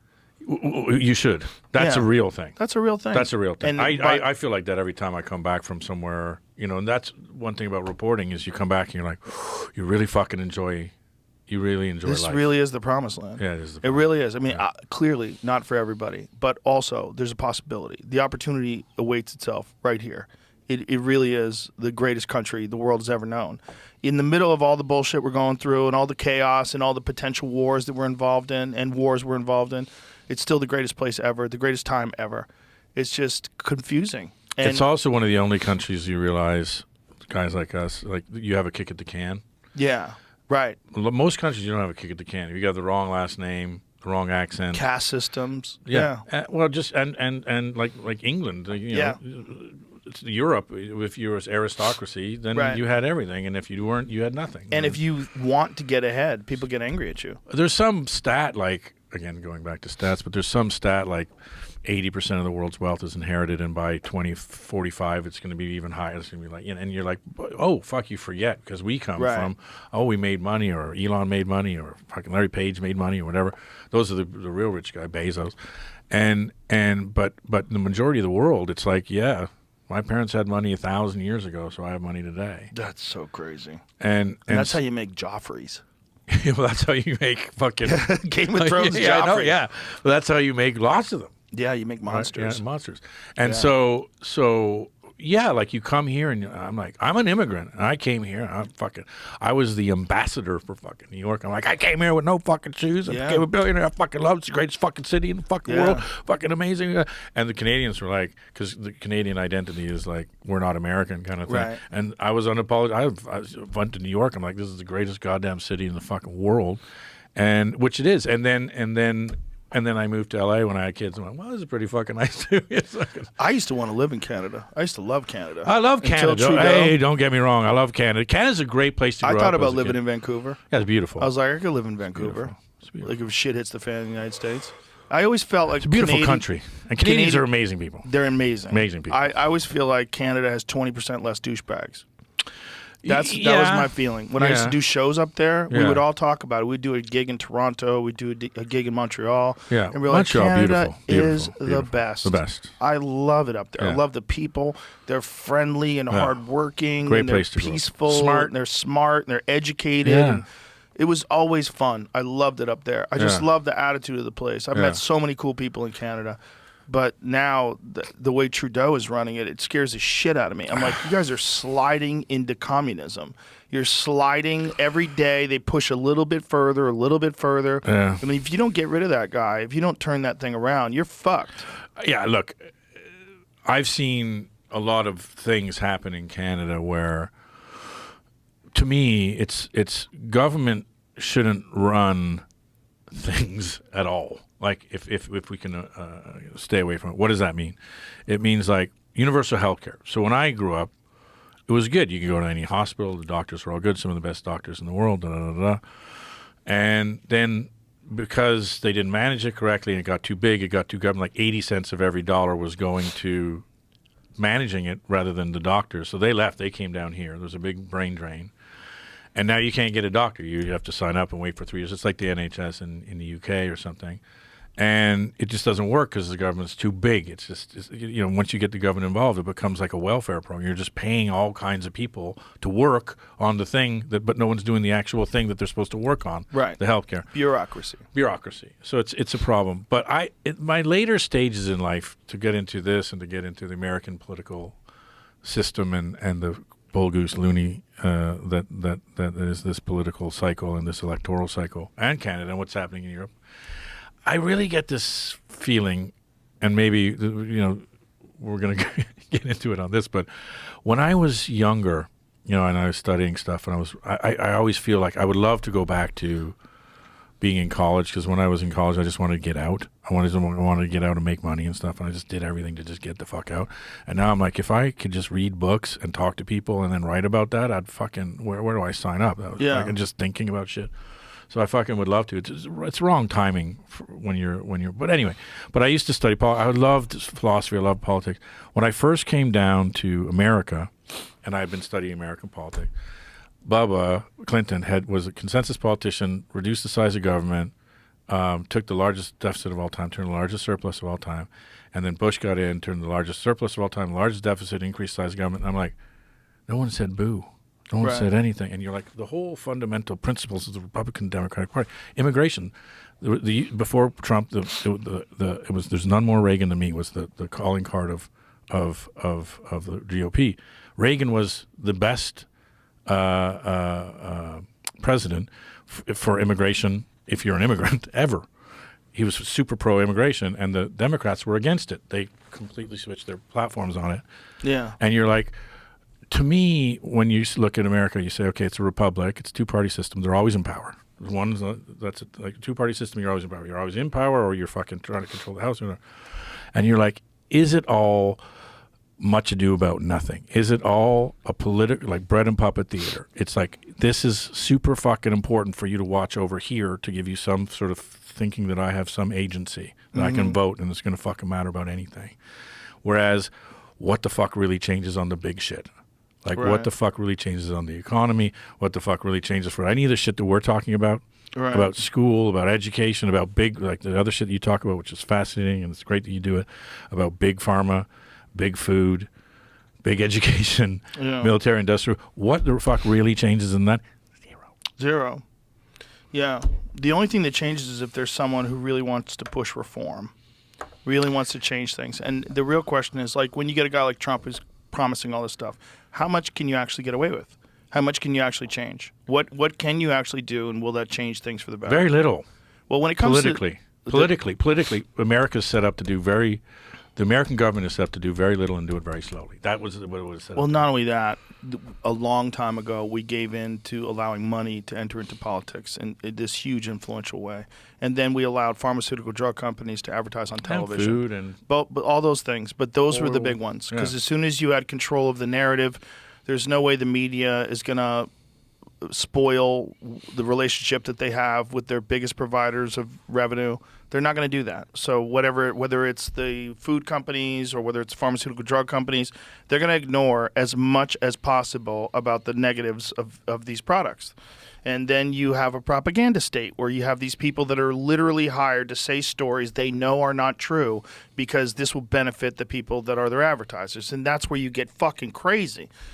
It's also how that model implodes, which is fascinating. Yeah. So that model becomes less relevant, and the Michael Schellenbergers and the Matt Taibbis of the world, then people start turning to them, the Glenn Greenwalds of the world. People say, well, these people Joe Rogan are honest, and they're, well, I'm not a journalist. I know, but these people are honest. You interview a lot of people who tell a lot of things that people don't get at other places. Yes. And then crazy people too, but that's fun. It's aliens. Fun. Let's get into aliens. Comedians. I want to know what you know about aliens. Yeah. Keep going on. I want to hear that end of that thought. I don't remember where I was going. Where was I going? You were. So what they've done is they've created their own demise by giving it to Satan's deal. So by sucking Satan's cock and getting all that money, you're not a news organization anymore. You're a propaganda outlet, and everybody knows it. You have the news, but the news is a thin layer of bread on the shit sandwich. But that's been. See, this is the thing, that's been since the fucking beginning. It's nothing new. Like, I forget who it was, but I was talking to somebody. He goes, "What is news? What is news, Shane? You know who Reuter was? You know who Reuter was? He started Reuters to start a newspaper to say fuck you to his enemy, blah blah blah. He just bought it. He was just a rich guy who bought. I can't do his accent anymore, but basically he got incensed with me because he was just like, that's what it always was. Some rich guy would start a newspaper just to say fuck you to the other rich guy. Why did Bezos buy the Washington Post? Well, because he was on the cover of the New York Times. What is it? You can't be on the cover of the New York Times 18 days in a row, and he was on 13. So he was Washington Post, something like that. Yeah. He was on. By the way, it worked. You know. Yeah. Well, I mean, look, you can use money to get a lot of things done, but it's just. But what I'm saying is, there's always been money in politics, and there's always been money in media. It's just now it's more obvious than ever before. And now you're right. There are agendas. So my whole thing is like I'm an immigrant, but I'm non-political. I'm literally serious. I believe in the game. I like the game. I like watching the game, and that's why I say like I like to take a look. Like, okay, there's this whole fucking thing going on over here, where the status quo doesn't change, and I think you and I are like, look, that's what has to fucking change over there. That's the real power over there. Yeah. This shit for me becomes, and it's funny because this is like. I don't know what I'm showing up myself. I don't know what this election is. 53, 54, something like that. The 54, 56. 50. It's pretty close. It's around there somewhere. It fluctuates depending on what So we're on polls. season 53. Right. And that's why you have to have the craziness. You have to have 2 assassination attempts. You have to have fucking Biden. By the way, Biden has to be kicked out mid-election. And we're going to get so like you're like, oh, season 53, the Fonz is jumping the shark, but the shark's being eaten by piranhas. Not only that, Biden's wearing a MAGA hat. Like there's. But that's like, look. Can I pause you for a second? Because Jamie, you brought something. No, Jamie. you didn't bring it up. Somebody else brought it up. Sean brought it up to me. Was there some sort of a physical altercation between Jill Biden's people and Kamala Harris's There's people? been reports about this stuff on Twitter, but like it's just like Who Twitter knows if reports. it's true, You know, yeah. I haven't seen anyone show pictures or quotes. It's just like a Twitter account saying stuff like that. What But I is can it check. a good Twitter account? I would. I There's don't remember. a few people I follow where I know they're full of shit because they just want to see nonsense, I like it. and I just go, "What does this Wow, take?" but it's kind of good. It's like it's a lot of the Michelle Obama has a dick, like that does. yeah. There's so many of There's them. so many of them. But I love memes. Like, and Oh the my God, I love fucking memes. love memes. And I how love them. fast and hard. You want to talk about creativity and art? Like some of them are so fucking good and so so quick. artistic and so quick. You're like, how the fuck did they fucking do that one? Like I fucking love it. Love it. and there's it's so inappropriate, and that's what's fun about it is because like, you can never kind of say you But could it's never true, like, say this. Yeah. But I'm like, Yeah, I'll say this to Jamie so he knows what we're talking about. yeah. It's just like So I'm just, but like it's like there's so many of them now, and so anyway, that's like I was during It's like I don't know if that's true. during COVID. oh well, this guy's pretty legit. Right, but it just says per White House official. Which How he do you did say just- his name? Posobiec. Also, How do you say his name? I don't know. Posobiec. Pacific. But this guy's pretty legit. There was a physical altercation between Jill and Kamala staffers in the White House after Joe's press room last week. Began with accusations the Bidens were undermining Kamala deliberately, per White House official. Well, it does seem like he's doing that. Like when he called that press conference, he hadn't called any press conference. So he decides to call a press conference in the middle of a national emergency. So he's out. Yeah, and he's out, and He's out. everyone knows, but he's still the president, so He's still he the can president. call Yeah, a press yeah, yeah. conference. He's So he still the decides to do that. He wearing the MAGA hat. Like, look, there's no fucking way they're happy they got kicked out, and Jill did not want him to step down. Right. She started taking cabinet meetings. Right. Like, who? Yeah, I saw that. Yeah. Who elected you? Yeah. Can I do it? Let me do it. Let me do it. I'm not elected either. Let me just sit in, find out what's going on with these people. What are you talking about? How are you running a cabinet meeting? But hold You're on. just married to the guy that's the president. But that's the whole thing too, because she sat at. I've sat in that room. Like you can go and you can sit in the room. yeah, where but she- he wasn't there. yeah, he was. But she. I don't think she was running the cabinet meeting. Oh, because that's what I'd heard. Yeah, that's what people say because there's a picture of her there, but she's not running the fucking cabinet. Why do you want to ruin a great Sorry. story? Sorry. This is fun. It's fun if she's running there it. you go. I hope right. she's running it. I hope she's boss bitch, There telling you everybody go. what I the mean, fuck look, to do. The thing about it I'm is married to if you- goddamn president for one more month. If you want to look at like the greatest time of the Republican Party when Reagan was president, it was his cabinet. His cabinet was exceptional, and because he had dementia, but his cabinet But was not fucking- initially, he did. Not initially, but later on. But his cabinet was running America. It was fucking great. right. So you see, like the cabinet should run America. I'd rather have the cabinet run Yeah. something of professionals, people who are like designed to do that, rather than one fucking person who's going to go, yes, no, yep, that's great. They're the fucking Queen of England, and they're supposed to be the Queen of England. Yeah. Do you think his dementia was convenient? Whose? Reagan's. I always wonder if he was doing like a Jimmy the Chin type thing. No. Look, 'Cause Reagan. do you like? Here's Jimmy Tingle, who's an Yeah. amazing comedian. Yeah. He had this great bit way back in 1988 Okay.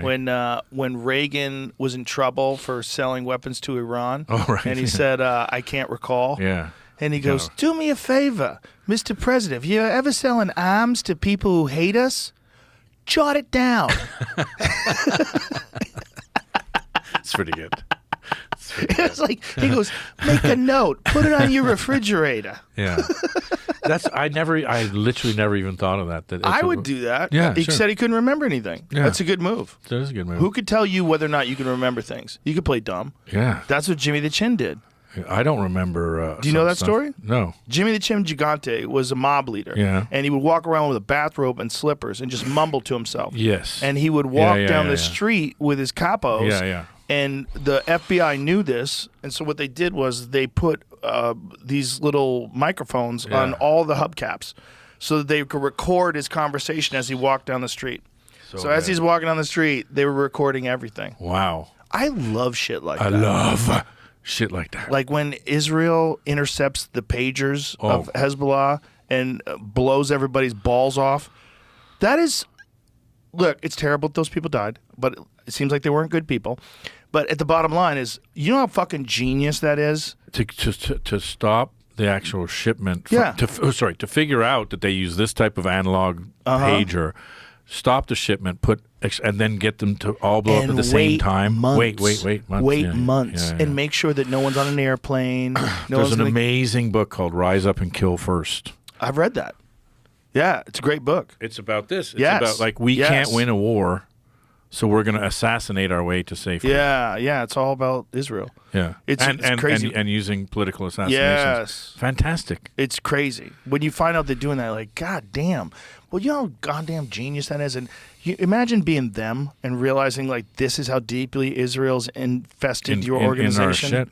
Whew, Yeah. that's got to be terrifying. Well, just recently they got the head of Hezbollah, and then the second head, and then the third head within like 3 or 4 days of each other. And then they're trying to get new guys, and they're like, Yeah, I don't want that gig. I am Yeah. not. I don't want that gig. It's the whole thing is it's very, very fascinating. Well, It's they're the fascinating. people that invented Pegasus. Yeah. You know, they invented that the ability to just Get apparently in your with phone. Pegasus 2, all they have to have is your phone number, Yeah. and they're in. That's true. I actually talked to one of the guys who owned that company. If you want the hack for Pegasus, I don't know if it still is. Turn your phone off repeatedly, and then because every time you turn your phone off, they have to re-put the Pegasus in. Really? Yeah. Oh.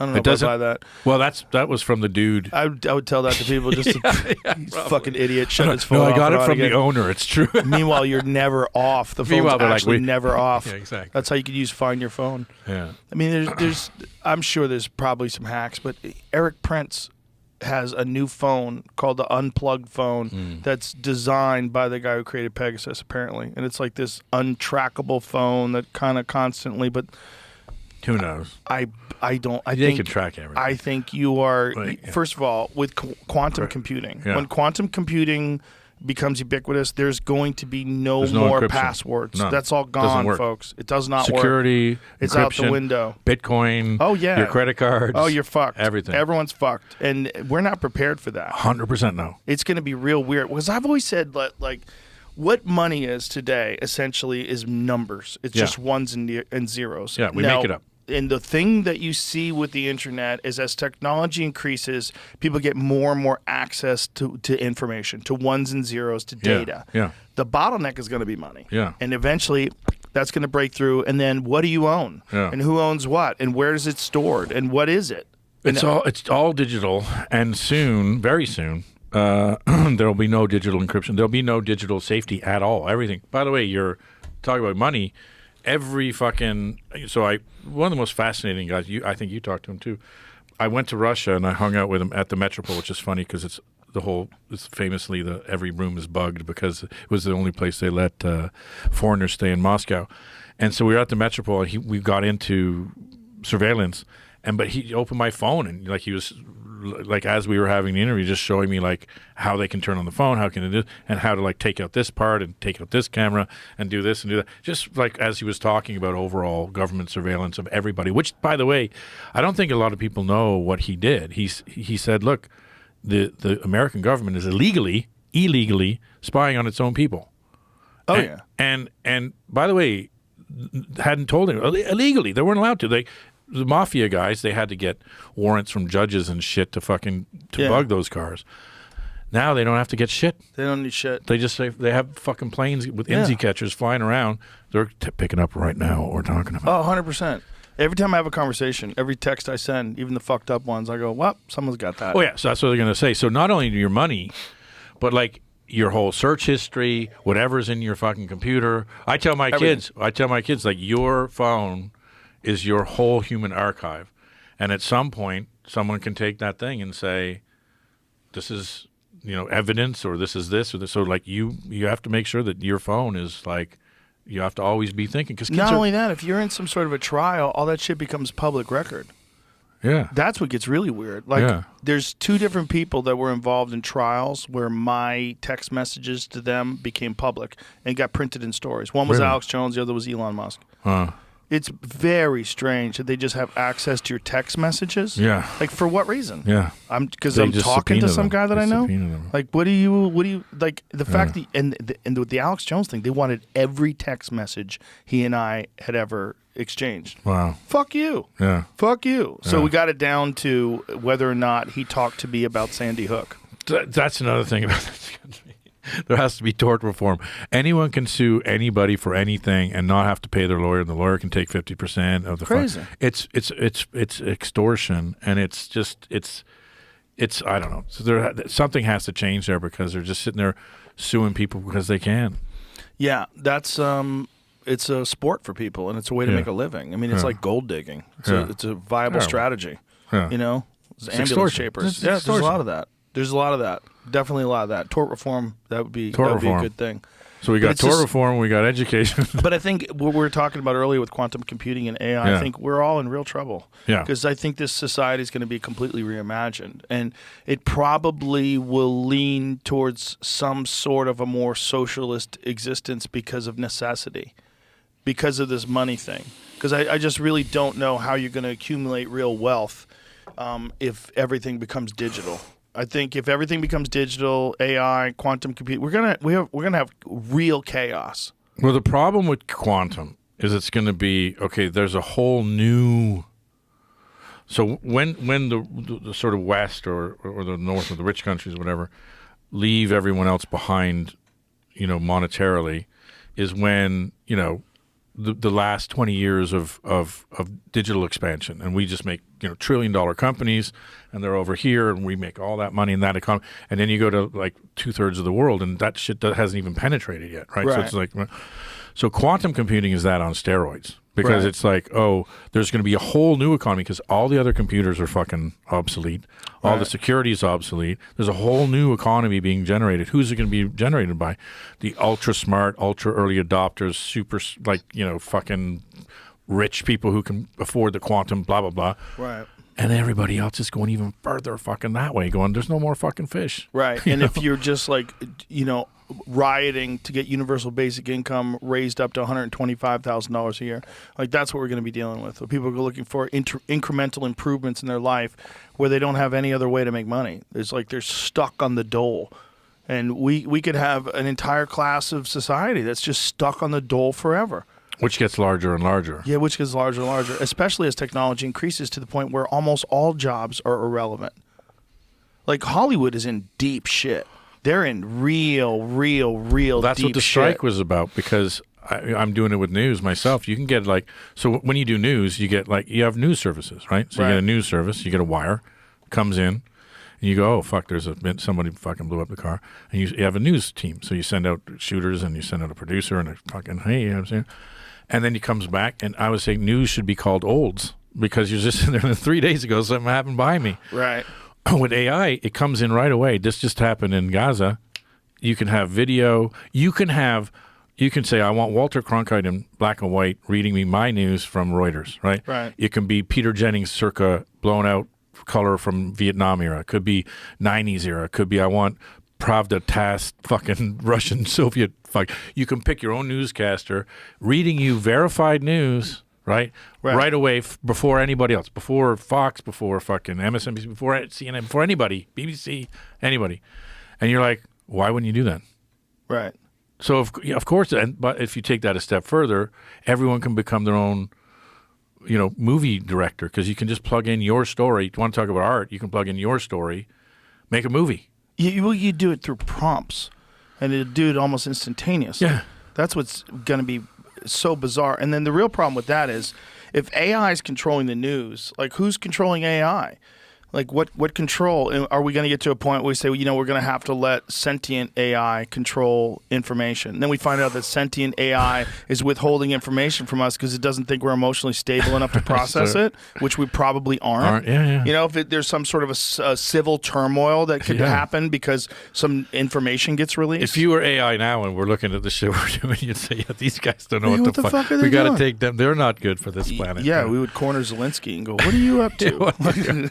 No, I'm not saying Where's all that money well, going? I'm saying like you have a news, like you have a service comes in. It's still people, but you have news service, and then the AI can make the images or can make the video or whatever. But I mean, look, when you look at media, you're like, oh, that's why the strike happened because they know everyone can make their own fucking movie. Everyone can make their own TV show. And that'll be the thing. It'll be like individualistic creators. It's not going to be big studios and shit anymore. Yeah. And that's just media. Like it's going to be every fucking business. And every business. Smith and Ricardo were like who wrote the basis of capitalism. They're like, yeah, well, they were both apologias for the Industrial Revolution. That's what's Karl Marx. But they were like, yeah, the blueberry pickers will have to move to the cities and become ironmongers, and that'll happen. And they're like, well, blueberry pickers can't like forge iron, and they go, well, a generation will die, and then they'll figure it out. And, right. So it's that was the problem, and that's going to be the problem with AI. Is like there will be this thing of like people moving to building tables or making art or doing whatever, but there's going to be. This is why I think our kids are maybe okay, but like when you said what I worry about is the 40-year-olds sitting there who bought it all, went to high school, went to college, did all the shit, got the fucking job, or sitting there, trying to climb the ladder, and that's all going to go away. It's all going to go away. And coding unnecessary. And you're right. Like, don't become an alcoholic because like it's probably the biggest freeing thing ever. But like, yeah, there has to be like just pay that fucking person. Right. So that they don't lose their fucking house. Because if you start losing your house, if you Smith and Ricardo it and start losing your house, which this is my long-winded thing to go, there has to be some sort of weird social thing about it. Because if you just let them fucking die off, they're not going to die off. They're going to say, yeah, that's the fear. The fear is rebellion, and I don't think that's necessary. I think clearly there's something happening to the human species that's technology driven, and we're moving into a completely new way of existing, and it's going to be a tumultuous journey. The transformation, the process is going to be scary. Yeah. It's going to be very fucking strange because it's going to be unprecedented in its impact and the speed of its impact. Yeah, the speed's going to be, the internet, it took a couple decades before we figured out how fucked up it is. It came around in the 1990s. People started using it, kind of everywhere. You've got mail. Yeah. And then 2000, you start getting fucked up videos and craziness. And then along comes social media, and everybody's like, oh my God, everyone's connected and everyone's addicted. And then you're getting all this negativity because that's what attracts views. Yeah. So your algorithm is entirely and information. Based, yes. Overwhelming. Some of it I love because it's like, wow. Yeah. I didn't know that. And you find out it's true. So you're like, wow, that's pretty fun. Yeah. And then a lot of it, you're like, what the fuck? And that's not true. And you're like, oh, yeah. And so, by the way, a lot of people have an axe to grind. That's the other problem is CCP, Chinese Communist Party, are openly saying they're trying to fuck with our social media. Oh, as is the Free Syrian Army, as are the Iranians, as are we. We are fucking with it. I 100%. guarantee there's some sort of government agency that's involved with like just distributing narratives and arguing against certain things. Also, if you go to Russia, they're like, yeah, you have the ruble. We are trying to fuck with you. Yeah. We're definitely trying to fuck with you. Of course. And you're like, okay, so if you're openly trying to fuck with us. Yeah. And by the way, can you imagine if the Chinese Communist Party is spreading propaganda that there's $28 Big Macs, then what are they going to do when they have quantum computing? Right.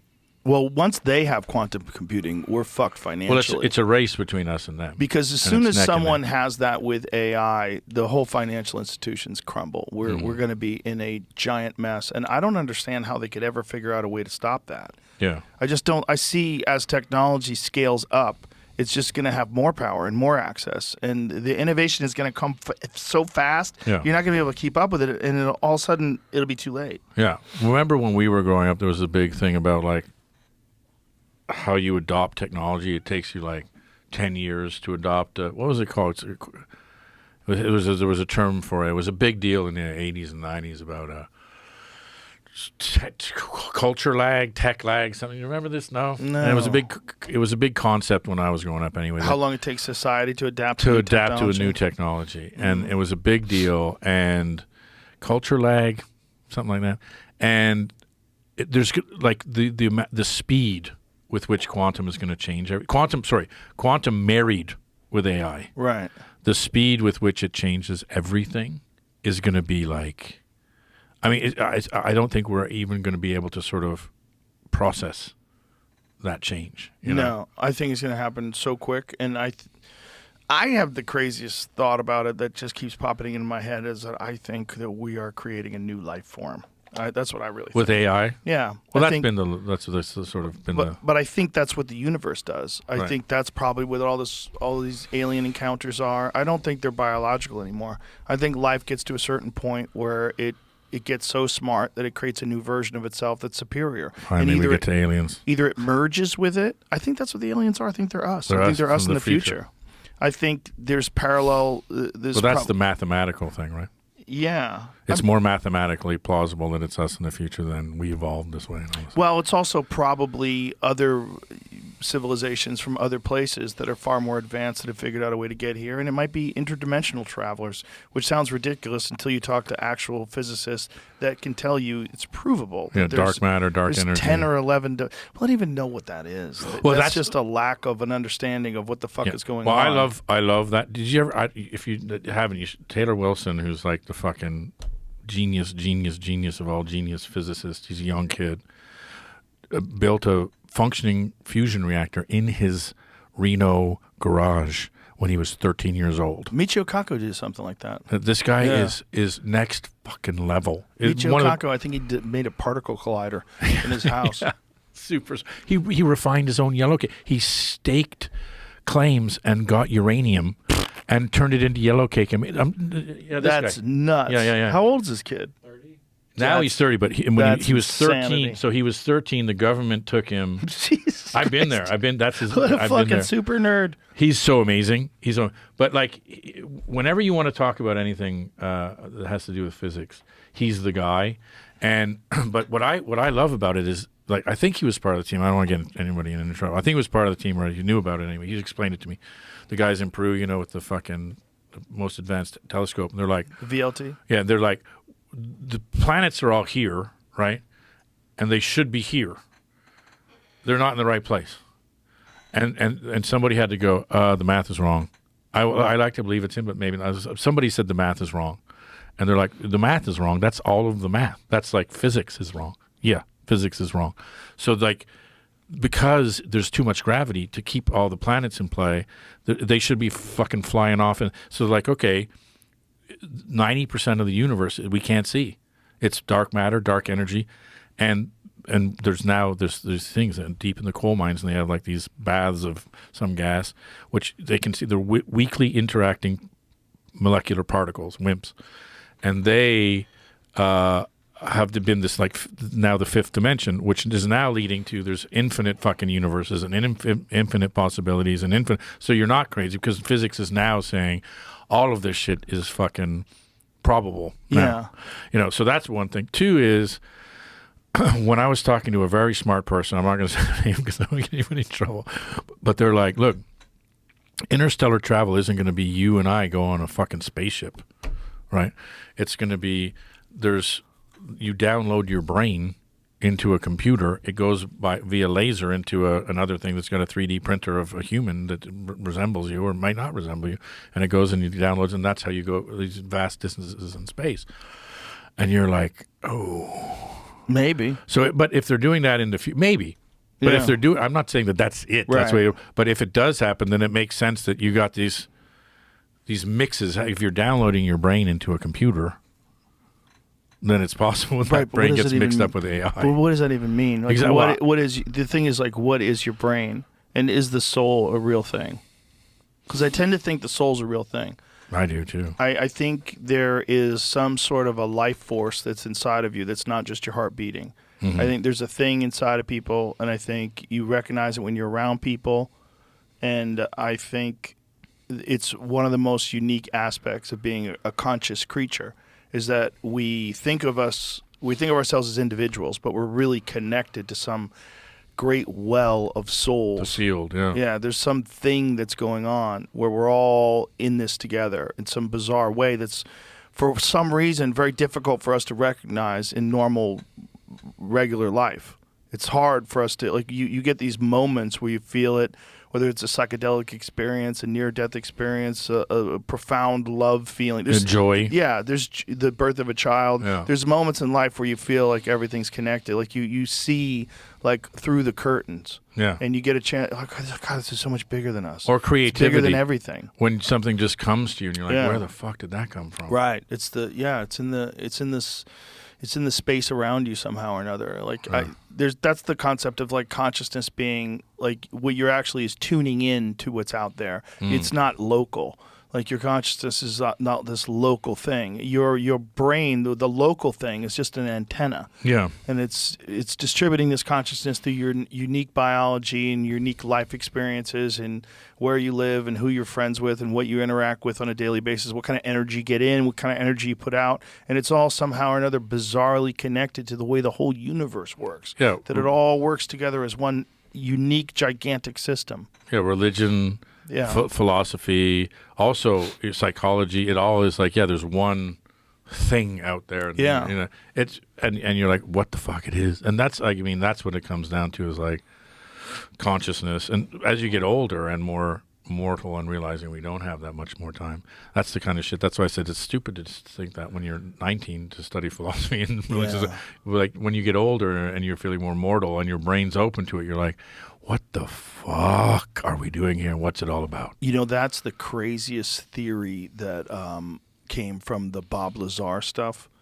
The craziest, the Bob Lazar stuff, the guy who was working back engineering UFOs for the government in the 1980s. Well, this is what I've been waiting the whole fucking time to get into. He told the same story. You know more about it. This guy's told the same story for 30 plus years. It's Yeah. the same story. He was an engineer. He worked at Los Alamos Labs. And then he left there, and they hired him to do propulsion work. Right. And they brought him in, and they showed him this thing that had an American flag on it. And he was like, oh, it had an American flag sticker on it. And he was like, oh, they're ours.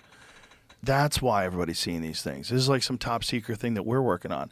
And slowly but surely, and again, this is not fact. Right. This is just his story. Right. Slowly but surely, over time, he's brought in to analyze this thing, tell us how it works.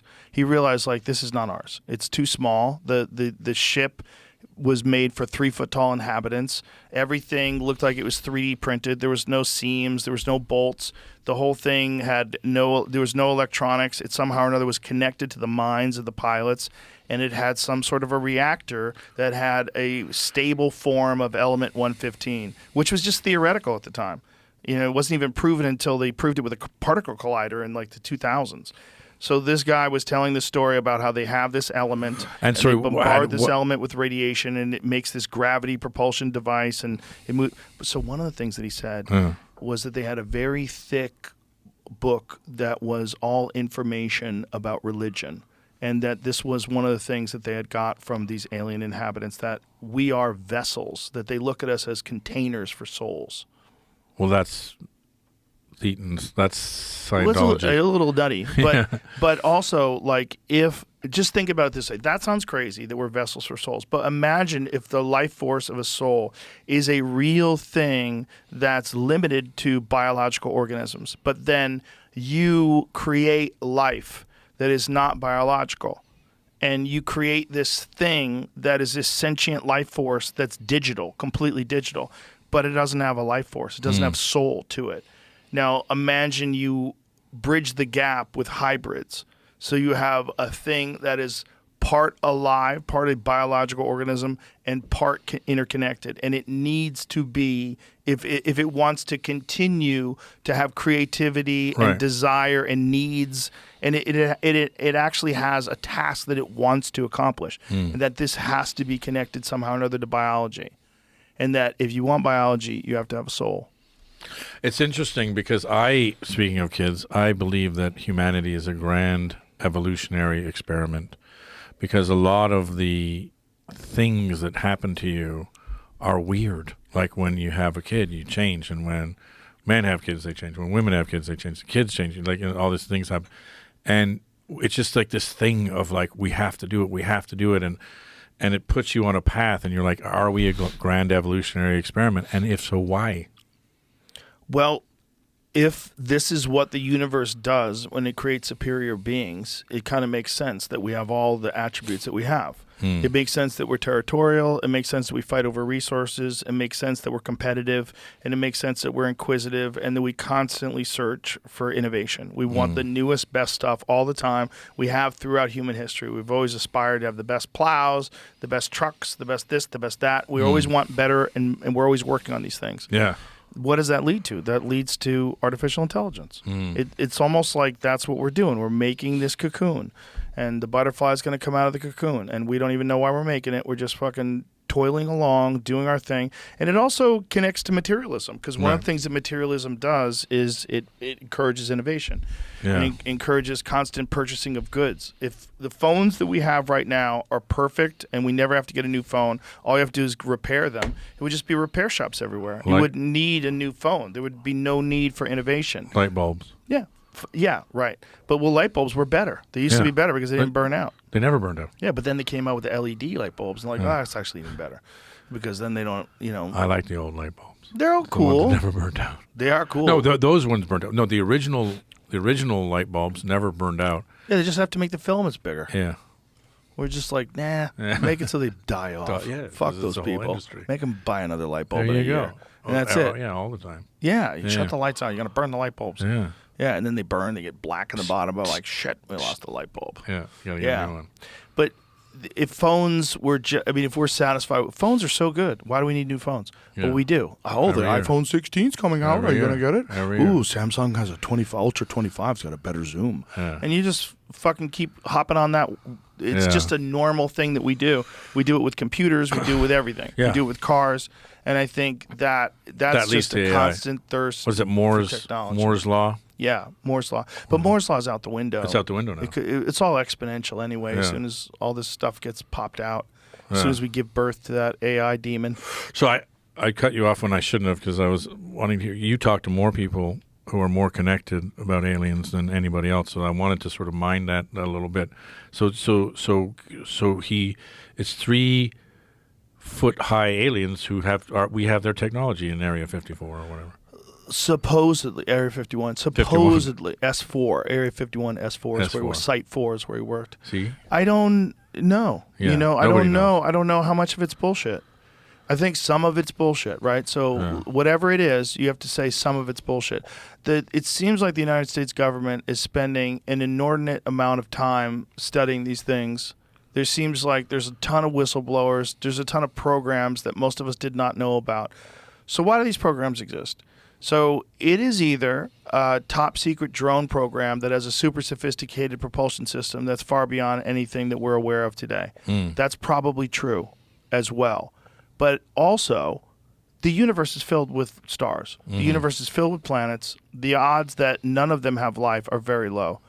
There's Fermi's paradox, like where are they? Well, they probably don't want us to know too much about what they are, because they want us to figure out a way. Our brains will be blown. Well, also, like, get to the next level. Right. Get to the next level and keep getting. You don't just fly in and give people death rays. It's like Star Trek. You can't change their evolution and stuff.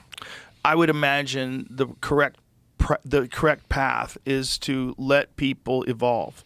Let people make these mistakes, figure it out, have revolutions, have elections, have innovation, have this constant desire. Also, if they come, then we think, oh, there's the gods, there's the things, there's the angels, there's the whatever it is. Exactly. That's the problem, too. And then also, I think there's probably an interdimensional aspect to it. There's probably some things that aren't even real that you're seeing, but they are real somewhere else, and you have a window to them.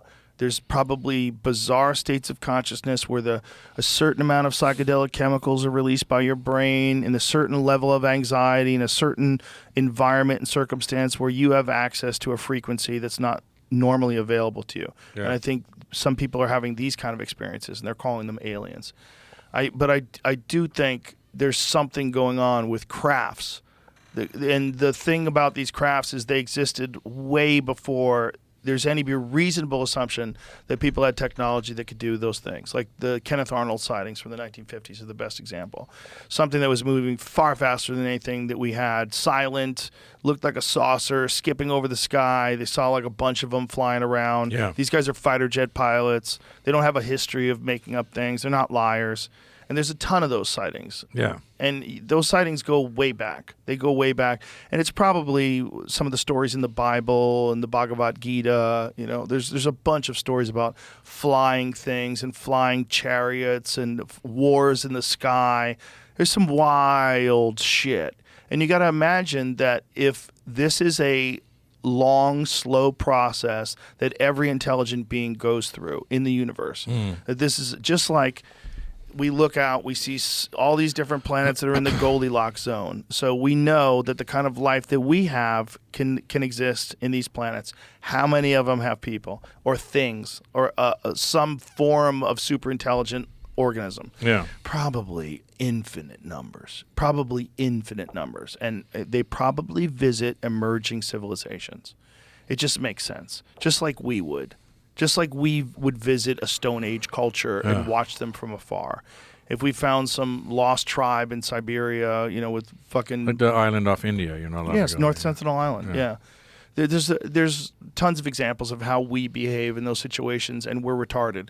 If you imagine something that's far more advanced than us, it would be much more sophisticated in its approach, probably would occasionally abduct people and study their biology, probably does have a way to erase memories, probably does leave people with like significant trauma and confusion as to like how this experience is real. How do you put it in the context of your normal day-to-day life? Yeah, you can't. How come it never happens again? Yeah. You're just sitting home, wait, is this going to happen again? And then the rest of your life, you're like freaked out that the walls are going to melt and all of a sudden you're going to be on a spaceship again. If that is real, like who fucking knows? And those people, imagine being one of those poor people that does get abducted by aliens and everybody thinks you're an idiot. Everybody thinks you're a liar. Everybody thinks you're a fool. Oh, Mike lost his mind. Thinks he got abducted by aliens. Meanwhile, I really did. Well, that's going to be a problem when people finally find out. They're going to be like, hold on a second now. It's going to be a real problem. And I think it's a slow trickle. So I think that that's what we're experiencing, and I think this is normal. I think there's like deep denial in the 1960s, and there's also Operation Blue Book, which is a concerted effort to dismiss all the sightings as illegitimate and swamp gas and all. I mean, J. Allen Hynek, who ran that program, eventually when he left the program became a huge UFO believer, and then completely changed his tune and explained how he was told to debunk everything, but there was a bunch of things that he couldn't debunk. I think the number's like 90-10. 90% of the things that's Venus, that's this, that's that. 10%, there's no fucking way. Right. This is like, whatever this is, there's physical evidence, there's a bunch of shit. Something happened. And he was a believer before he died, a big believer, and a proponent, and would talk about UFOs openly. And I think there's too many of those guys for it all to be bullshit. There's too many people for it all to be bullshit. But some of it is bullshit. And some of it is ours. I think some of it might be back engineered. I think some of the Bob Lazar stuff might be legitimate. Like they found things, whether these things were left behind for us to discover, whether they, made some sort of a deal. Right. But I think there's intelligent life other than human beings that interacts with us. Bingo. That's what I think. Yeah. Well, look, it's interesting. My whole thing is, I don't know, but it's interesting.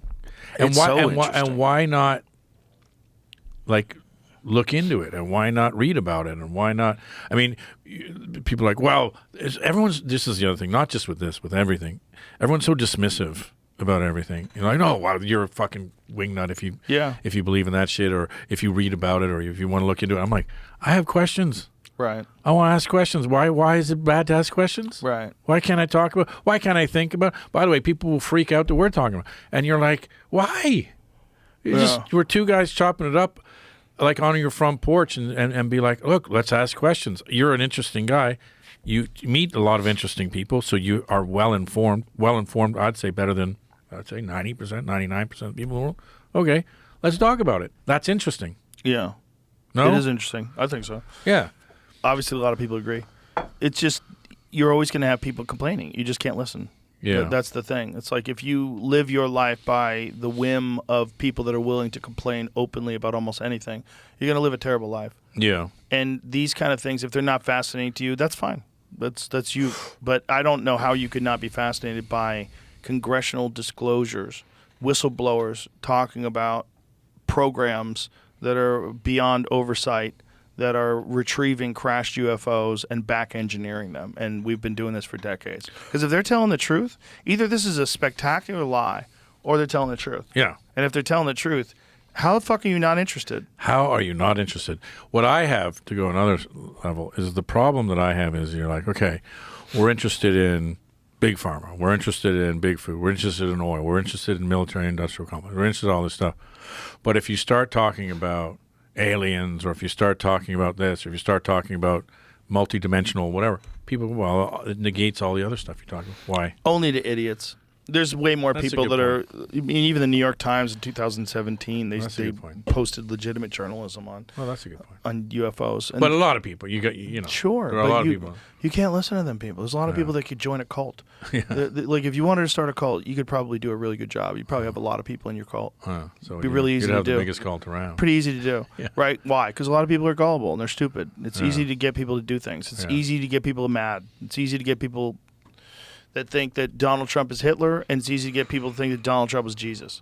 It's like there's a lot of opinions out there, and Yeah. that's fine. That's part of the fun of life. That is. And morons and their stupid opinions is also flavor. It's a little Yeah. bit of flavor in the soup of life. There you go. Salt and pepper. Yeah, and sometimes morons learn. You salt and pepper, yin and yang. I wanted to. I saw that on your thing. What was it? The molecule, the life. We still can't figure out exactly what that is. So what this is quantum entangled photons. Yeah. And the image that you're seeing of these quantum entangled photons is a yin and yang symbol. Wow. But we're trying to figure out, and this is where it gets like in the weeds scientifically, is that what it looks like, or did you make it look like that to represent these quantum entangled photons, but the shape is arbitrary, like you chose a shape to get these quantum entangled photons to exist in? I don't know how you would do that. I don't know this. I don't understand the way they're recording it. I don't understand the technology behind it. I don't understand the science behind it. Here we go. Scientists have used first of its kind technique to visualize two entangled light particles in real time, making them appear as a stunning quantum yin yang So we symbol. don't know if that's how it looks, or if the scientists made it look that way. Again, I'm reading this. I don't know what to tell you. Right. A reconstruction of a holographic image of two entangled photons. Right. The new method, called biphoton digital holography, uses an ultra-high precision camera and could be used to massively speed up the future of quantum measurements. So this is the way it's worded. Go back to the way it's It would worded. be insanely cool if The way it's worded is just weird. Yeah. It's a first of its kind technique to Technique. visualize Yeah. two entangled light particles in real time. Yeah. But this is the part that gets me, making them appear as Yeah. a stunning quantum yin yang Yeah, symbol. you don't know. It's like, what are you saying? Yeah. It's not clear. Like, yeah. What is But it would be fucking cool if it was true. Yeah, it would be super cool if it was true. But Yeah. I think they made something so that they would know if it worked. If It's it like, looked- you're Right. like, we're giving How it to- this. As long as we see this at the end result, then Yeah. success. right, so like How it I could don't look. understand that. I don't understand it either. I'm too stupid for this conversation. But They use a just lot the of big fact words. that we know that quantum entangled particles are real. Yeah. Just the fact that we know this spooky action at a distance that Einstein talked about. The fact that we know that quantum particles can exist in a state of motion and still at the same time. They could be in superposition. Like, what are you saying? They go in and out of existence. It's measurable. Yeah. We don't know where they go. Yeah. We don't know what's happening. Yeah. It's magic. It's magic. It's all magic. Magic. And then the fact that atoms are like mostly empty space. Like, what does that even mean? Yeah. Like, what are you talking about? Yeah. What does that mean? How are they connected? Like, Yeah. just the nature of existence itself is magical. Yeah. When I went out with Taylor Wilson, and he was picking up fucking yellow, like uranium, and turning yellow cake, and he was just speaking to me like, because we're talking about someone who's interesting, and he's like, well, I mean, we all know that like uranium is like stars, parts of stars that explode and like hit the Earth because they flew through. And so we're just taking a star that landed on Earth, and we're taking a piece of it, and then we're releasing its power. And I'm like, I didn't know that. He's like speaking like everybody knows that. And I'm like, wait a minute, uranium is like an X star that blew up that landed on Earth, and you can take it, and that's how you do it. And he's like, yeah. Well, we are that. We are that. Yeah, I mean, with that song, we are But stars. but uranium we is are like the sort golden. of the fucking like the concentrated, you know. And you're like, oh, you're making, but the fusion reactor is making a star. So you're making a star out of a star. Yeah, you're taking stardust and turning it into a star. That's What the fuck? How smart are people? People are fucking smart. It's pretty amazing, and you need that in order to power quantum computing. By Yeah, the way, you yeah. need multiple nuclear reactors to power quantum computing. That's the spirit. All of it's bananas, man. And It's bananas. It's all. I mean, thank God there's so many different kinds of people because Yeah. there's people that are wholly obsessed in pursuing that. Yeah. You know? And then there's guys like us who will talk about it. Yeah, exactly. Not exactly know what they're talking Not what about. it, wow, I think Yeah. this is what it is. Yeah, but- Taylor's going to call me and go, what the fuck are you talking about there? I'm so fascinated by the people that study just the universe itself because love they're it, yeah. constantly dealing with new data. Like this James Webb Telescope thing is Yeah. like thrown everything into a tizzy. Yeah. You know, though, there's these new red spots that were there, the formation of the universe. They don't know what the fuck they are, and they went away. Love it. Yeah, they're like, what is that? Love it. Yeah, quit. Here, I'll send it Do to you, it. Jamie, because it's one of those ones where you're like, you read it and you're like, what does that even mean? What are you saying? Like, what is this? Yeah, that's why I love to interview people who are much smarter than me because, again, I only understand half of what they're saying, but Yeah, I'll send this to you, it Jamie. is. I mean, it does, because we think we know what we're talking about, especially like scientists and physicists and everybody, and then something will happen. They're like, yeah, that was all bullshit. It's all new now. This is it on Live Science. James Webb Telescope found hundreds of little red dots in the ancient universe. We still don't know what they are. Yeah. Small galaxies that are either crammed with stars or they host gigantic black holes. The data astronomers have collected continues to puzzle them. And then there's the data where they're finding galaxies that were formed too quickly. Yeah. So it's throwing into, like, they're starting to consider the possibility that the universe is far older than they thought it Yeah. was.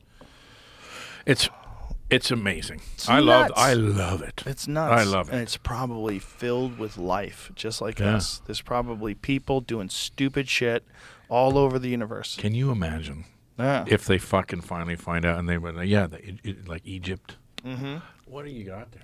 Nicotine? You want one? No, I thought it was one of those on-it mushroom things. But by the way, you sent me and I loved them.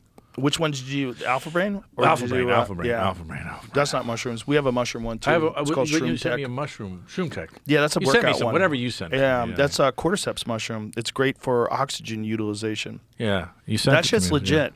And you don't have to just buy it from us, buy it from Anna. Go get cordyceps mushrooms. It's super I will. legit endurance supplement. I You did know it what's good for too? concentration. Beet juice. I did Beet it for juice is really good. concentration. It was great. Oh, well, that's Alpha Brain. That's alpha brain. That's the Yeah, name. Alpha Brain is the nootropic. That Yeah. Alpha Brain, we have a black label that's like a super strong one now. That's really good. But I there's don't know a if I need it, but I loved it. I loved you gave it to me, and I was like, wow, this is fucking awesome. nootropics are legit, and it's So hold not on, that's just for, Alpha Brain That's for either. just to not smoke. No, I don't smoke. No. This is just fun. Gives me a little extra energy. Oh, yeah. Just a little nicotine. Wee! Makes the brain fire up. Yeah, it does. Yeah. Nicotine for the brain. It's really good for your brain. Yeah. It actually is. It's Oh, I just know. terrible for your lungs. Yeah. Well, if you smoke. Yeah. Probably the best way is probably a patch, Yeah. but that just feels weird walking around with No, a it's patch. no nicotine good for the brain, bad for. Well, I know guys who do that when they work. They put a nicotine patch on just for Really? Nicotine is a legit nootropic as well. yeah. Well, Nicotine actually like positively affects cognitive function. Yeah, I knew it was good for the brain, but not the lung thing is more the smoking because it's like when you burn Yes. something, you have Yes. 3,000 carcinogens. Vape But is fucking terrible for you too. anything you burn. Yeah. and put in your lung. Well, anything you're putting into your lung, you're putting chemicals into your lungs. Yeah. They're not supposed to go in there. Like you get fired up that way. Yeah. Except weed, of course, man. You know what's another unheralded nootropic? Creatine. Creatine actually increases cognitive performance. I don't know what creatine is. It's a muscle supplement. All It's right. like a supplement that they figured out in the 90s, and people started equating it almost like steroids. Like, like it was like a scandal that Like people were the- taking creatine. It's like a Scoops. powder. Yeah. I get it in gummy form. I get creatine gummies. Yeah. You just chew a few of them every day. Great for your brain. Great for your brain. Great for muscle recovery. There's a bunch of different stuff that's good for your brain. Yeah. You ever try NeuroGum? I don't try anything. NeuroGum's great. It's just gum. It's just gum. You chew it, and it's got I'm gonna theanine in it and a little bit of caffeine. Great for firing your I'm gonna brain go up. try it.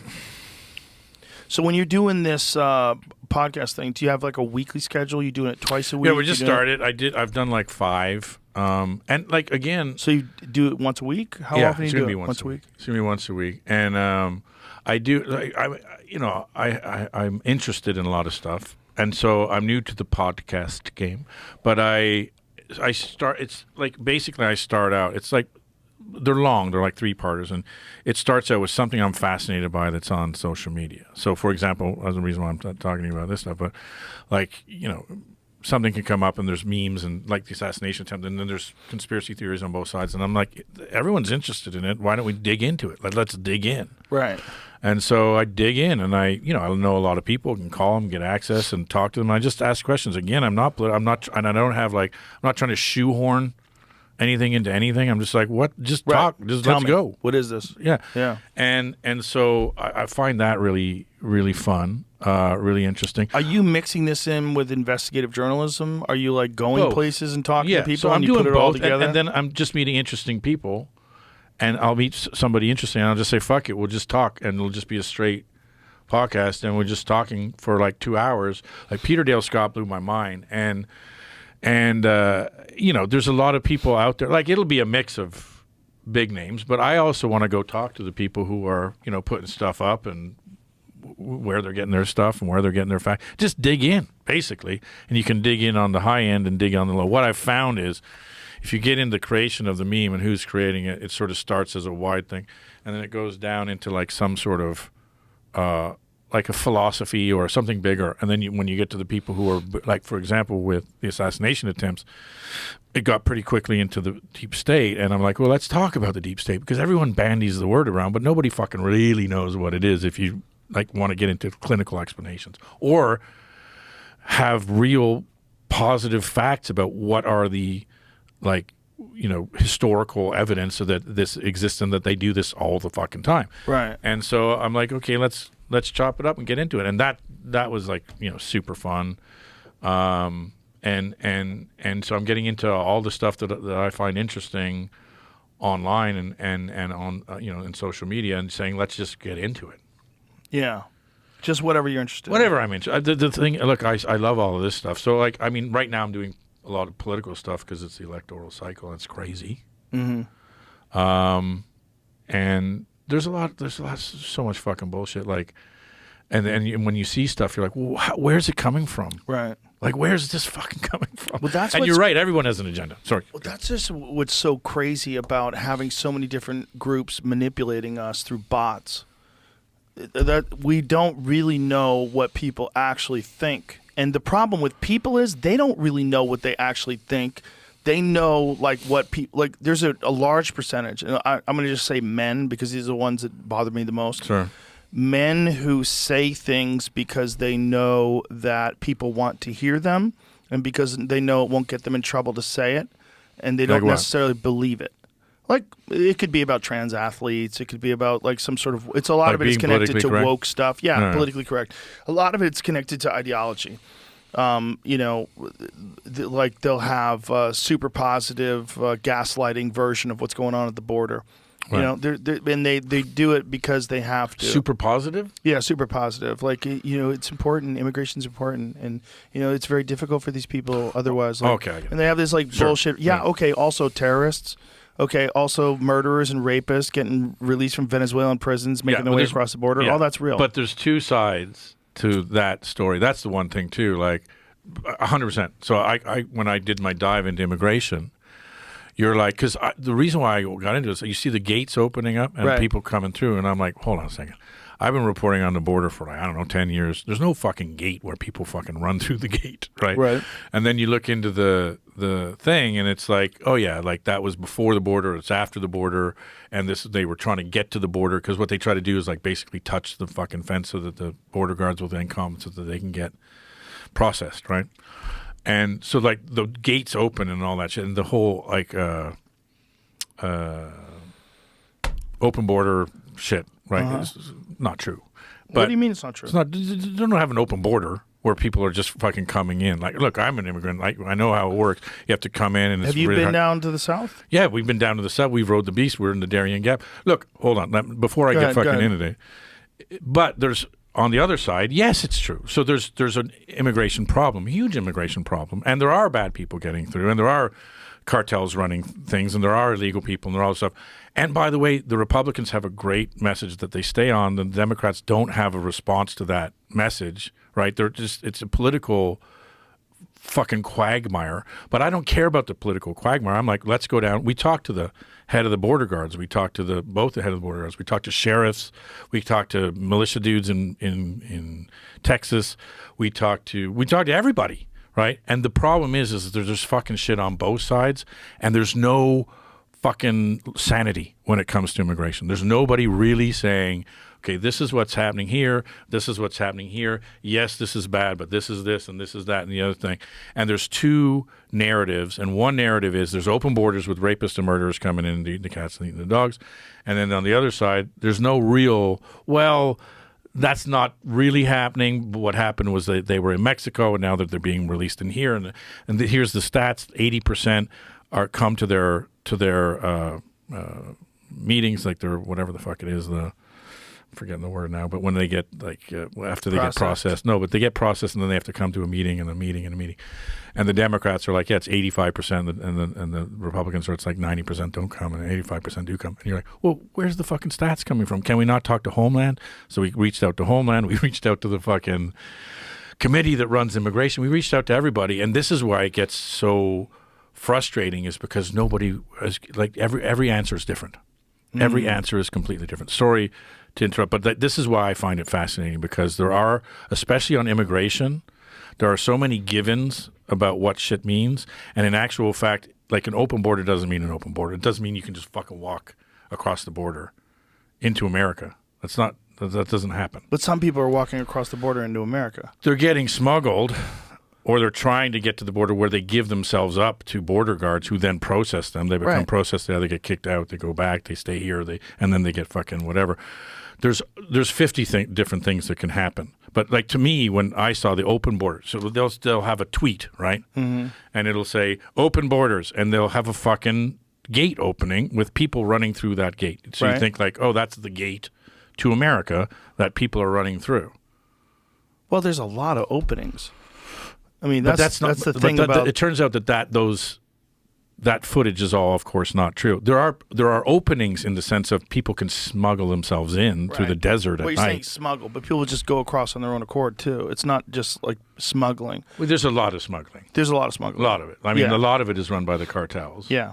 And which is bad. It's horrible. Horrible. Well, there's a lot of missing children. Exactly. That's what's really scary. It's like somewhere in the neighborhood of 300,000 missing children. It's very bad. Scary. Very scary. But I'm just saying, like, when you get into immigration as a thing, we're getting into it now. So you get two narratives. Two completely different narratives, and near the twain shall meet. That's the interesting thing, is usually, eventually you can get down to something. Right. And on this one, it literally depends on who you're talking to. Right. A sip of water.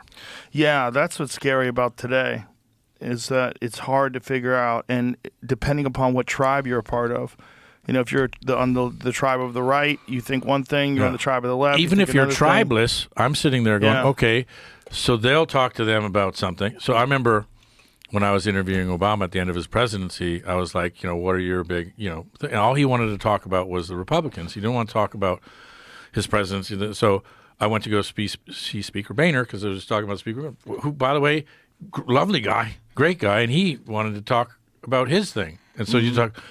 And again, there the twain shall meet. And you're like, at some point, you got to get down to this kernel of truth. And on immigration, it's almost impossible to find. Or maybe it is impossible to find. Well, the bottom line is a lot of people are being brought into this country and then being shipped to swing states. That's real. That's undeniable. The percentage of people that are in swing states, of illegal immigrants moving to swing states, is off the hook. It's crazy. It's a bizarre number. It seems to be a strategy. It seems to be a strategy. Because then you give them can't amnesty. vote. Of course you can eventually. They can't. They're trying to do that. I mean, you can vote like in 10, 20 years. Well, is that first of all, it's like going to be you have no ID voting, okay, right? This is something that they're pushed in California, and they pushed a lot of places. There's only one reason to have no ID. That's to have people that can vote that shouldn't be voting. That's the only reason. If you only want the people to vote that should be voting, you ask for ID. Right. Just like you ask for ID for everything else. For getting on an airplane, I believe in ID. I'm just saying. But listen I'm just to me. saying. The only if you're not reason a to have citizen no of America, ID, the only reason to have no ID, and to push that, and it's only being pushed by the Democrats. There's only one reason that makes any logical sense. You want people to vote that probably shouldn't be voting, so you can get some extra votes. That's the only thing that makes sense. So then if you have people like Nancy Pelosi, who's openly talked about giving amnesty to the people that are already here, you have voters now. So you have voters in swing states that you brought into this country and you provided them an amazing life. And the Democrats brought them there. They're going to be loyal to the Democrats, especially if the Democrats continue to provide them with housing and money. And why would you vote that out? Why would you vote for a bunch of people that want to deport you? They're talking about mass deportations. Yeah. Imagine if you came here from Haiti. You lived a terribly poor life in Haiti. Now you have a good job in Springfield, Ohio, and you're like, I can't fucking believe we're in America. This is amazing. And someone comes along and gives you the ability to vote. And then another group is saying, we're going to mass deportate you because you people are eating all the dogs and all the cats. Then there's like this fucking... Of course, you're getting voters. Yeah. You're bringing in voters, and you're getting voters. You're going to get them to vote for you. That's something I haven't seen. I'm not denying it or fighting. That's something we haven't seen. Like personally, right? We haven't seen it, but it's clearly a strategy Right. that you could employ. And if you were going to employ that, wouldn't you move those people to swing states? You would. And if you find out that there's an app that you can use, and you use this app, and they'll let you in the country, you can schedule a way to illegally move to the country, and then you're legally protected once you've done that. So it's basically an open border. Okay. You know what I'm saying? Like I it's do. Not, I know what the app. You know how hard it was for you to become an American citizen. Okay, it was very difficult. You came from it took Canada. a lot of time. Right, it takes a long time. Yeah. Chamath was long explaining time this. to the other long day. time to vote. Yes. Long time to do the thing. And you have to give a reason why you're supposed to be there. You have to be an exceptional person. Yeah, you have to study, and which I did, and I got 100% of my testing. And I have a couple of friends of mine who are just coming here from England, and Yeah. they wanted me. I had to do this visa thing for them, give them a recommendation. Yeah. But you have to be exceptional. You have to be something special, Yeah. or you can get on that app, and you Well, can just come over. Look, I'm not going to get too into the app because I only did it through interviews, but the app is an actual thing that tracks the people who come into the country. It's done by Homeland. It allows you to schedule. It's Homeland following them around. It allows you to schedule an entrance into the country. Yeah, they're doing it to try to stop the waves of the illegals and making it somewhat legal. And in any case, it seems like it simplifies people being able to get into the country illegally. I'm actually not going to defend it or talk about it anymore because I know the app exists and I know what you're talking about. Mm-hmm. And I know you're right. It does. People do, and they sign up to it, and then they come and they get processed, and then they wait for their thing, and blah blah blah. Well, it was the big argument on the debate between J.D. Vance and Tim Walz. Yeah, and they tried to frame it as if this had existed for a long time, and that's when J.D. Vance had to step up and stop them and say, "You said you weren't going to fact check, and this is whether that's not true. That app did not exist. You can literally schedule it. It used to be for people that are already here. Yeah, like for kids that were born in Mexico but have lived their entire life in America." Yeah, we got to figure out a way to citizenship for those folks. That's fucking crazy. Mm-hmm. I know a girl, she's 28 years old, and she came over here when she was a baby, and she's not an American citizen because her family's from Mexico. Yeah. That's crazy. Yeah. To me, that's crazy. That doesn't make any sense. She's been here her whole life. She's a goddamn American. Yeah. Like, let's figure that out. I have no dog in the race. I was literally just trying to get to some sort of, what are the facts? I didn't. Like, that's one thing. Like, I talked to everybody I could on both sides, and again, it's so confusing that even now I'm like, it seems like a strategy. It could be. It could be a strategy, and there's a strategy on both sides for sure. But it's just like it's so fucked up to try to find the facts on this stuff. Right. Everybody has facts. I'm going to be inundated with them. Everyone has fucking tons of facts. But what are the fucking facts? But what's real? Exactly. Right. Well, that's with so many things. I mean, we had that with COVID. We have that with the Ukraine war. Like, who's responsible? Is it NATO? Is it like what? Did someone cross a red line? Would someone violate an agreement? What is happening in Israel? What are the facts? Right. Are they really hiding in tunnels? Like, is Israel really shooting aid workers? What is going on? What are the real facts? What are the facts? And that's what I want to do on the podcast. And sometimes you get there, and sometimes you don't. And immigration obviously being a very interesting one, and I'm going to continue on it because I'm like, it's not satisfactory. Although maybe that's just the answer. The answer is it's such a fucking huge and confusing issue. Well, it is absolutely a huge and confusing issue. Yeah. And also, if you're a human being, you have empathy. You have compassion. If I lived in Ecuador or wherever these folks are from, and I found out you could just cross America, or you could get on your app and you can get into America, 100% I would do it. And you would too. And yeah, we have the greatest country in the world, and that's why people want to come here. And yeah, you have this land of opportunity. It's amazing. But what we really have to do is make sure we don't let in murderers and fucking killers and rapists and thieves and gang members, and a lot of them are getting through. And that's what we have to be careful about. It's not just not letting people in. Sure. I mean, I bet we could sustain a lot more people in this country, and I bet a lot of those people that come over are hardworking, very ambitious people that are excited to be here. They would love to be a part of the American experience. They probably love to recognize as Americans. Yes. Immigration, as it's being run right now, is a fucking catastrophe. I think we can agree on that, and it has to be fixed. It has to be fixed, but the question is, they could have fixed that. But how do you fucking fix it if nobody...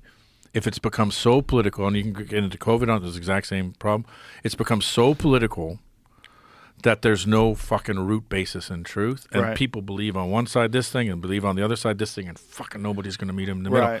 And you're like, well, what the fuck? So then they need a show like yours to like lay it out.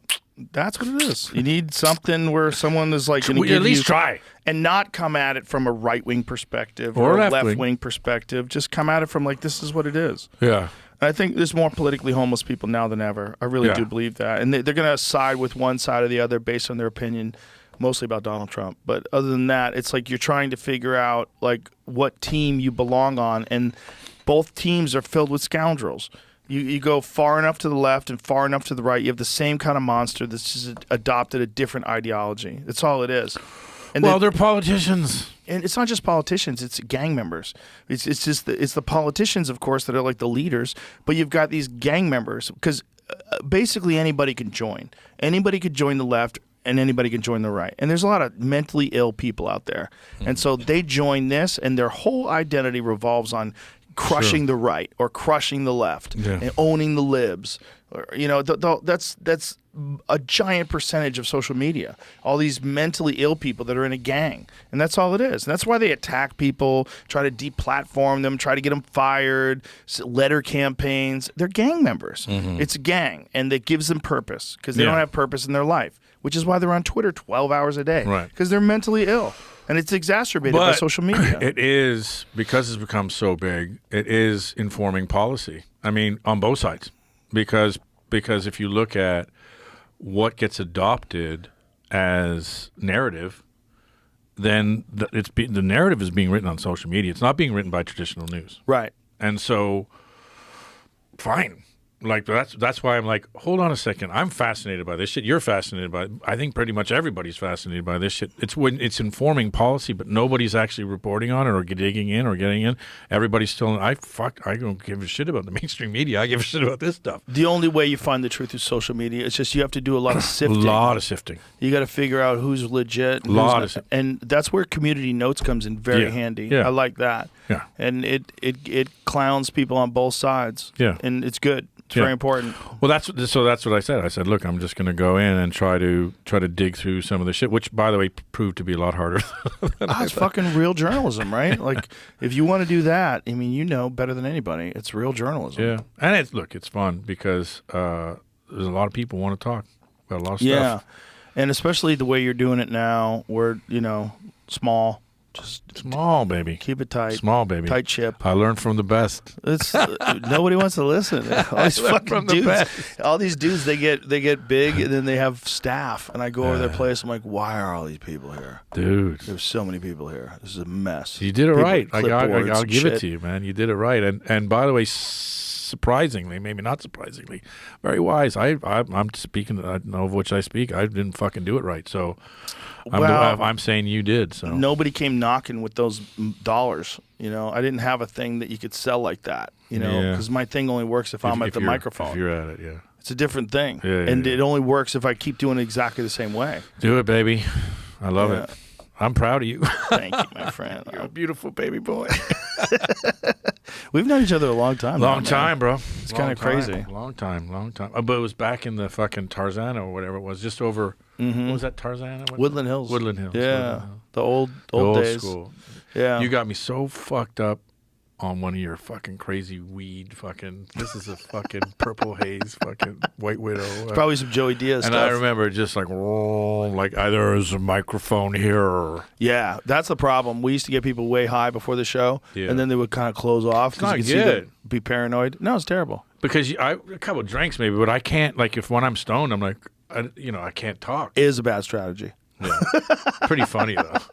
It was fun for me. Pretty funny. I used to love to get my opening act super high. Yeah. Just to watch them panic when they go out there. I'm like, don't worry about it. Just go have fun. You got to learn how to be yourself in that fog, and maybe you can find something different when you're out there. If you're like smoking it all the time, whatever, you can get through it.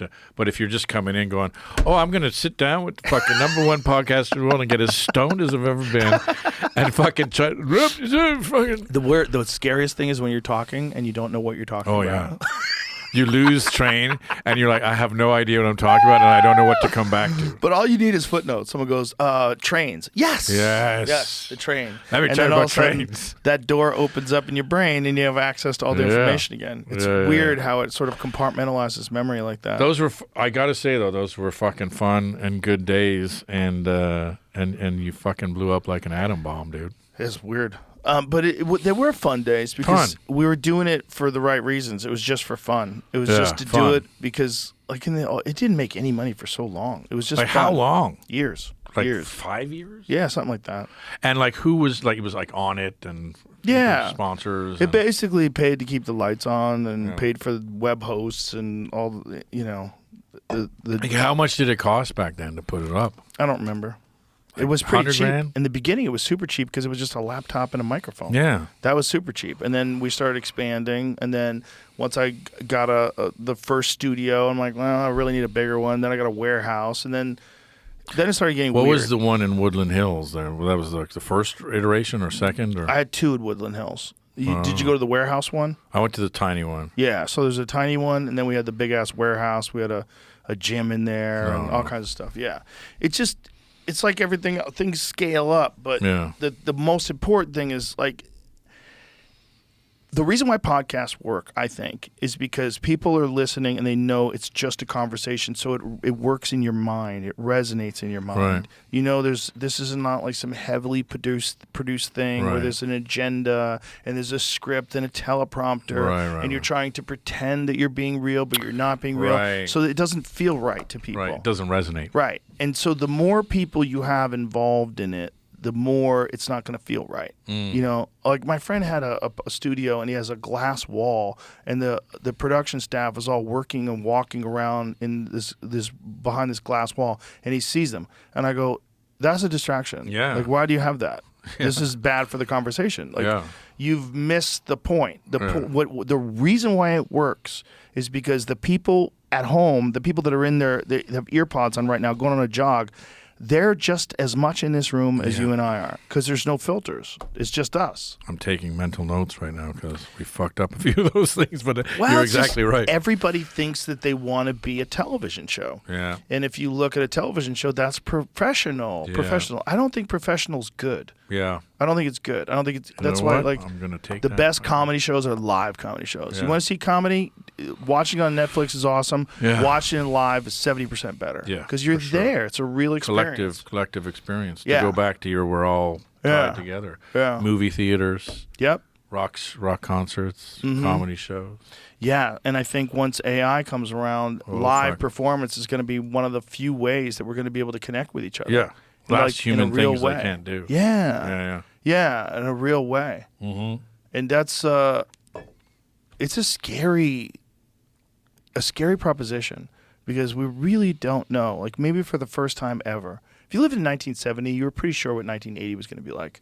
Maybe you're wrong a little bit, but you're probably pretty accurate. You could extrapolate. You could look at it and go, I see where this is going. Today, we have zero idea what 2034 looks like. We are just guessing. I'll go further than that. I was driving around our studios in Van Nuys, and I was driving from Malibu to Van Nuys, and I'm like, if you drive through, like, I don't know what that's why I said Tarzana. It's probably Tarzana. it literally hasn't changed a lot since 1924. Right. Like it's like the same houses, same fucking like okay, the cars are different, but there's cars That's it. and there's phones, but like okay, there's a bit of technology, but like it kind of is the same street. Looks the same. Looks the same. There's not a lot really, and you're like okay, 100 years from now, this fucking looks nothing. Yeah. Nothing. Yeah. Like it does today. Yeah. That's scary. It is scary. It's weird. But we will both remain. Yeah, we both said like, look, you can either be positivist about it and say, look, let's mold it to be like, great, I can fucking do something I love rather than work in a fucking factory, fucking punching out, tool and die fucking pieces. I can, go do what my first love was or something that makes me feel filled with joy. Or we can become fucking Autobots who are crying because the fucking online AI-driven girlfriend dumped me. Well, the thing is also today there's these kind of conversations that are out there that put these thoughts into people's minds and inspire them to do something that didn't exist when we were young. Yeah. There wasn't these kind of conversations that could really light up the fires of your creativity True. and your ambition, and you The decided fact to was go the out. opposite. Yeah, it was the opposite. It was no. Yeah. Shut up. Yeah, you had to be a real rebel. Yeah. You had to be a kind of a crazy person That's to right. take that You had path. to be punk. You had to be fucking an outsider. Yeah. Otherwise, people were like, conform, just fucking do what everybody else is doing. Be an accountant. Yeah, and as you were struggling, if you got outside the lines and you were taking a chance, as you're struggling, people were praying for you to fall. Yeah. All of them praying that it Yeah. didn't work out for Because you. it shows them up. Yeah, They'd made the wrong choice. yeah, they don't like it. But that's true. That is true. People want you to fail They do. until you succeed, and then they're like, I was always in your corner.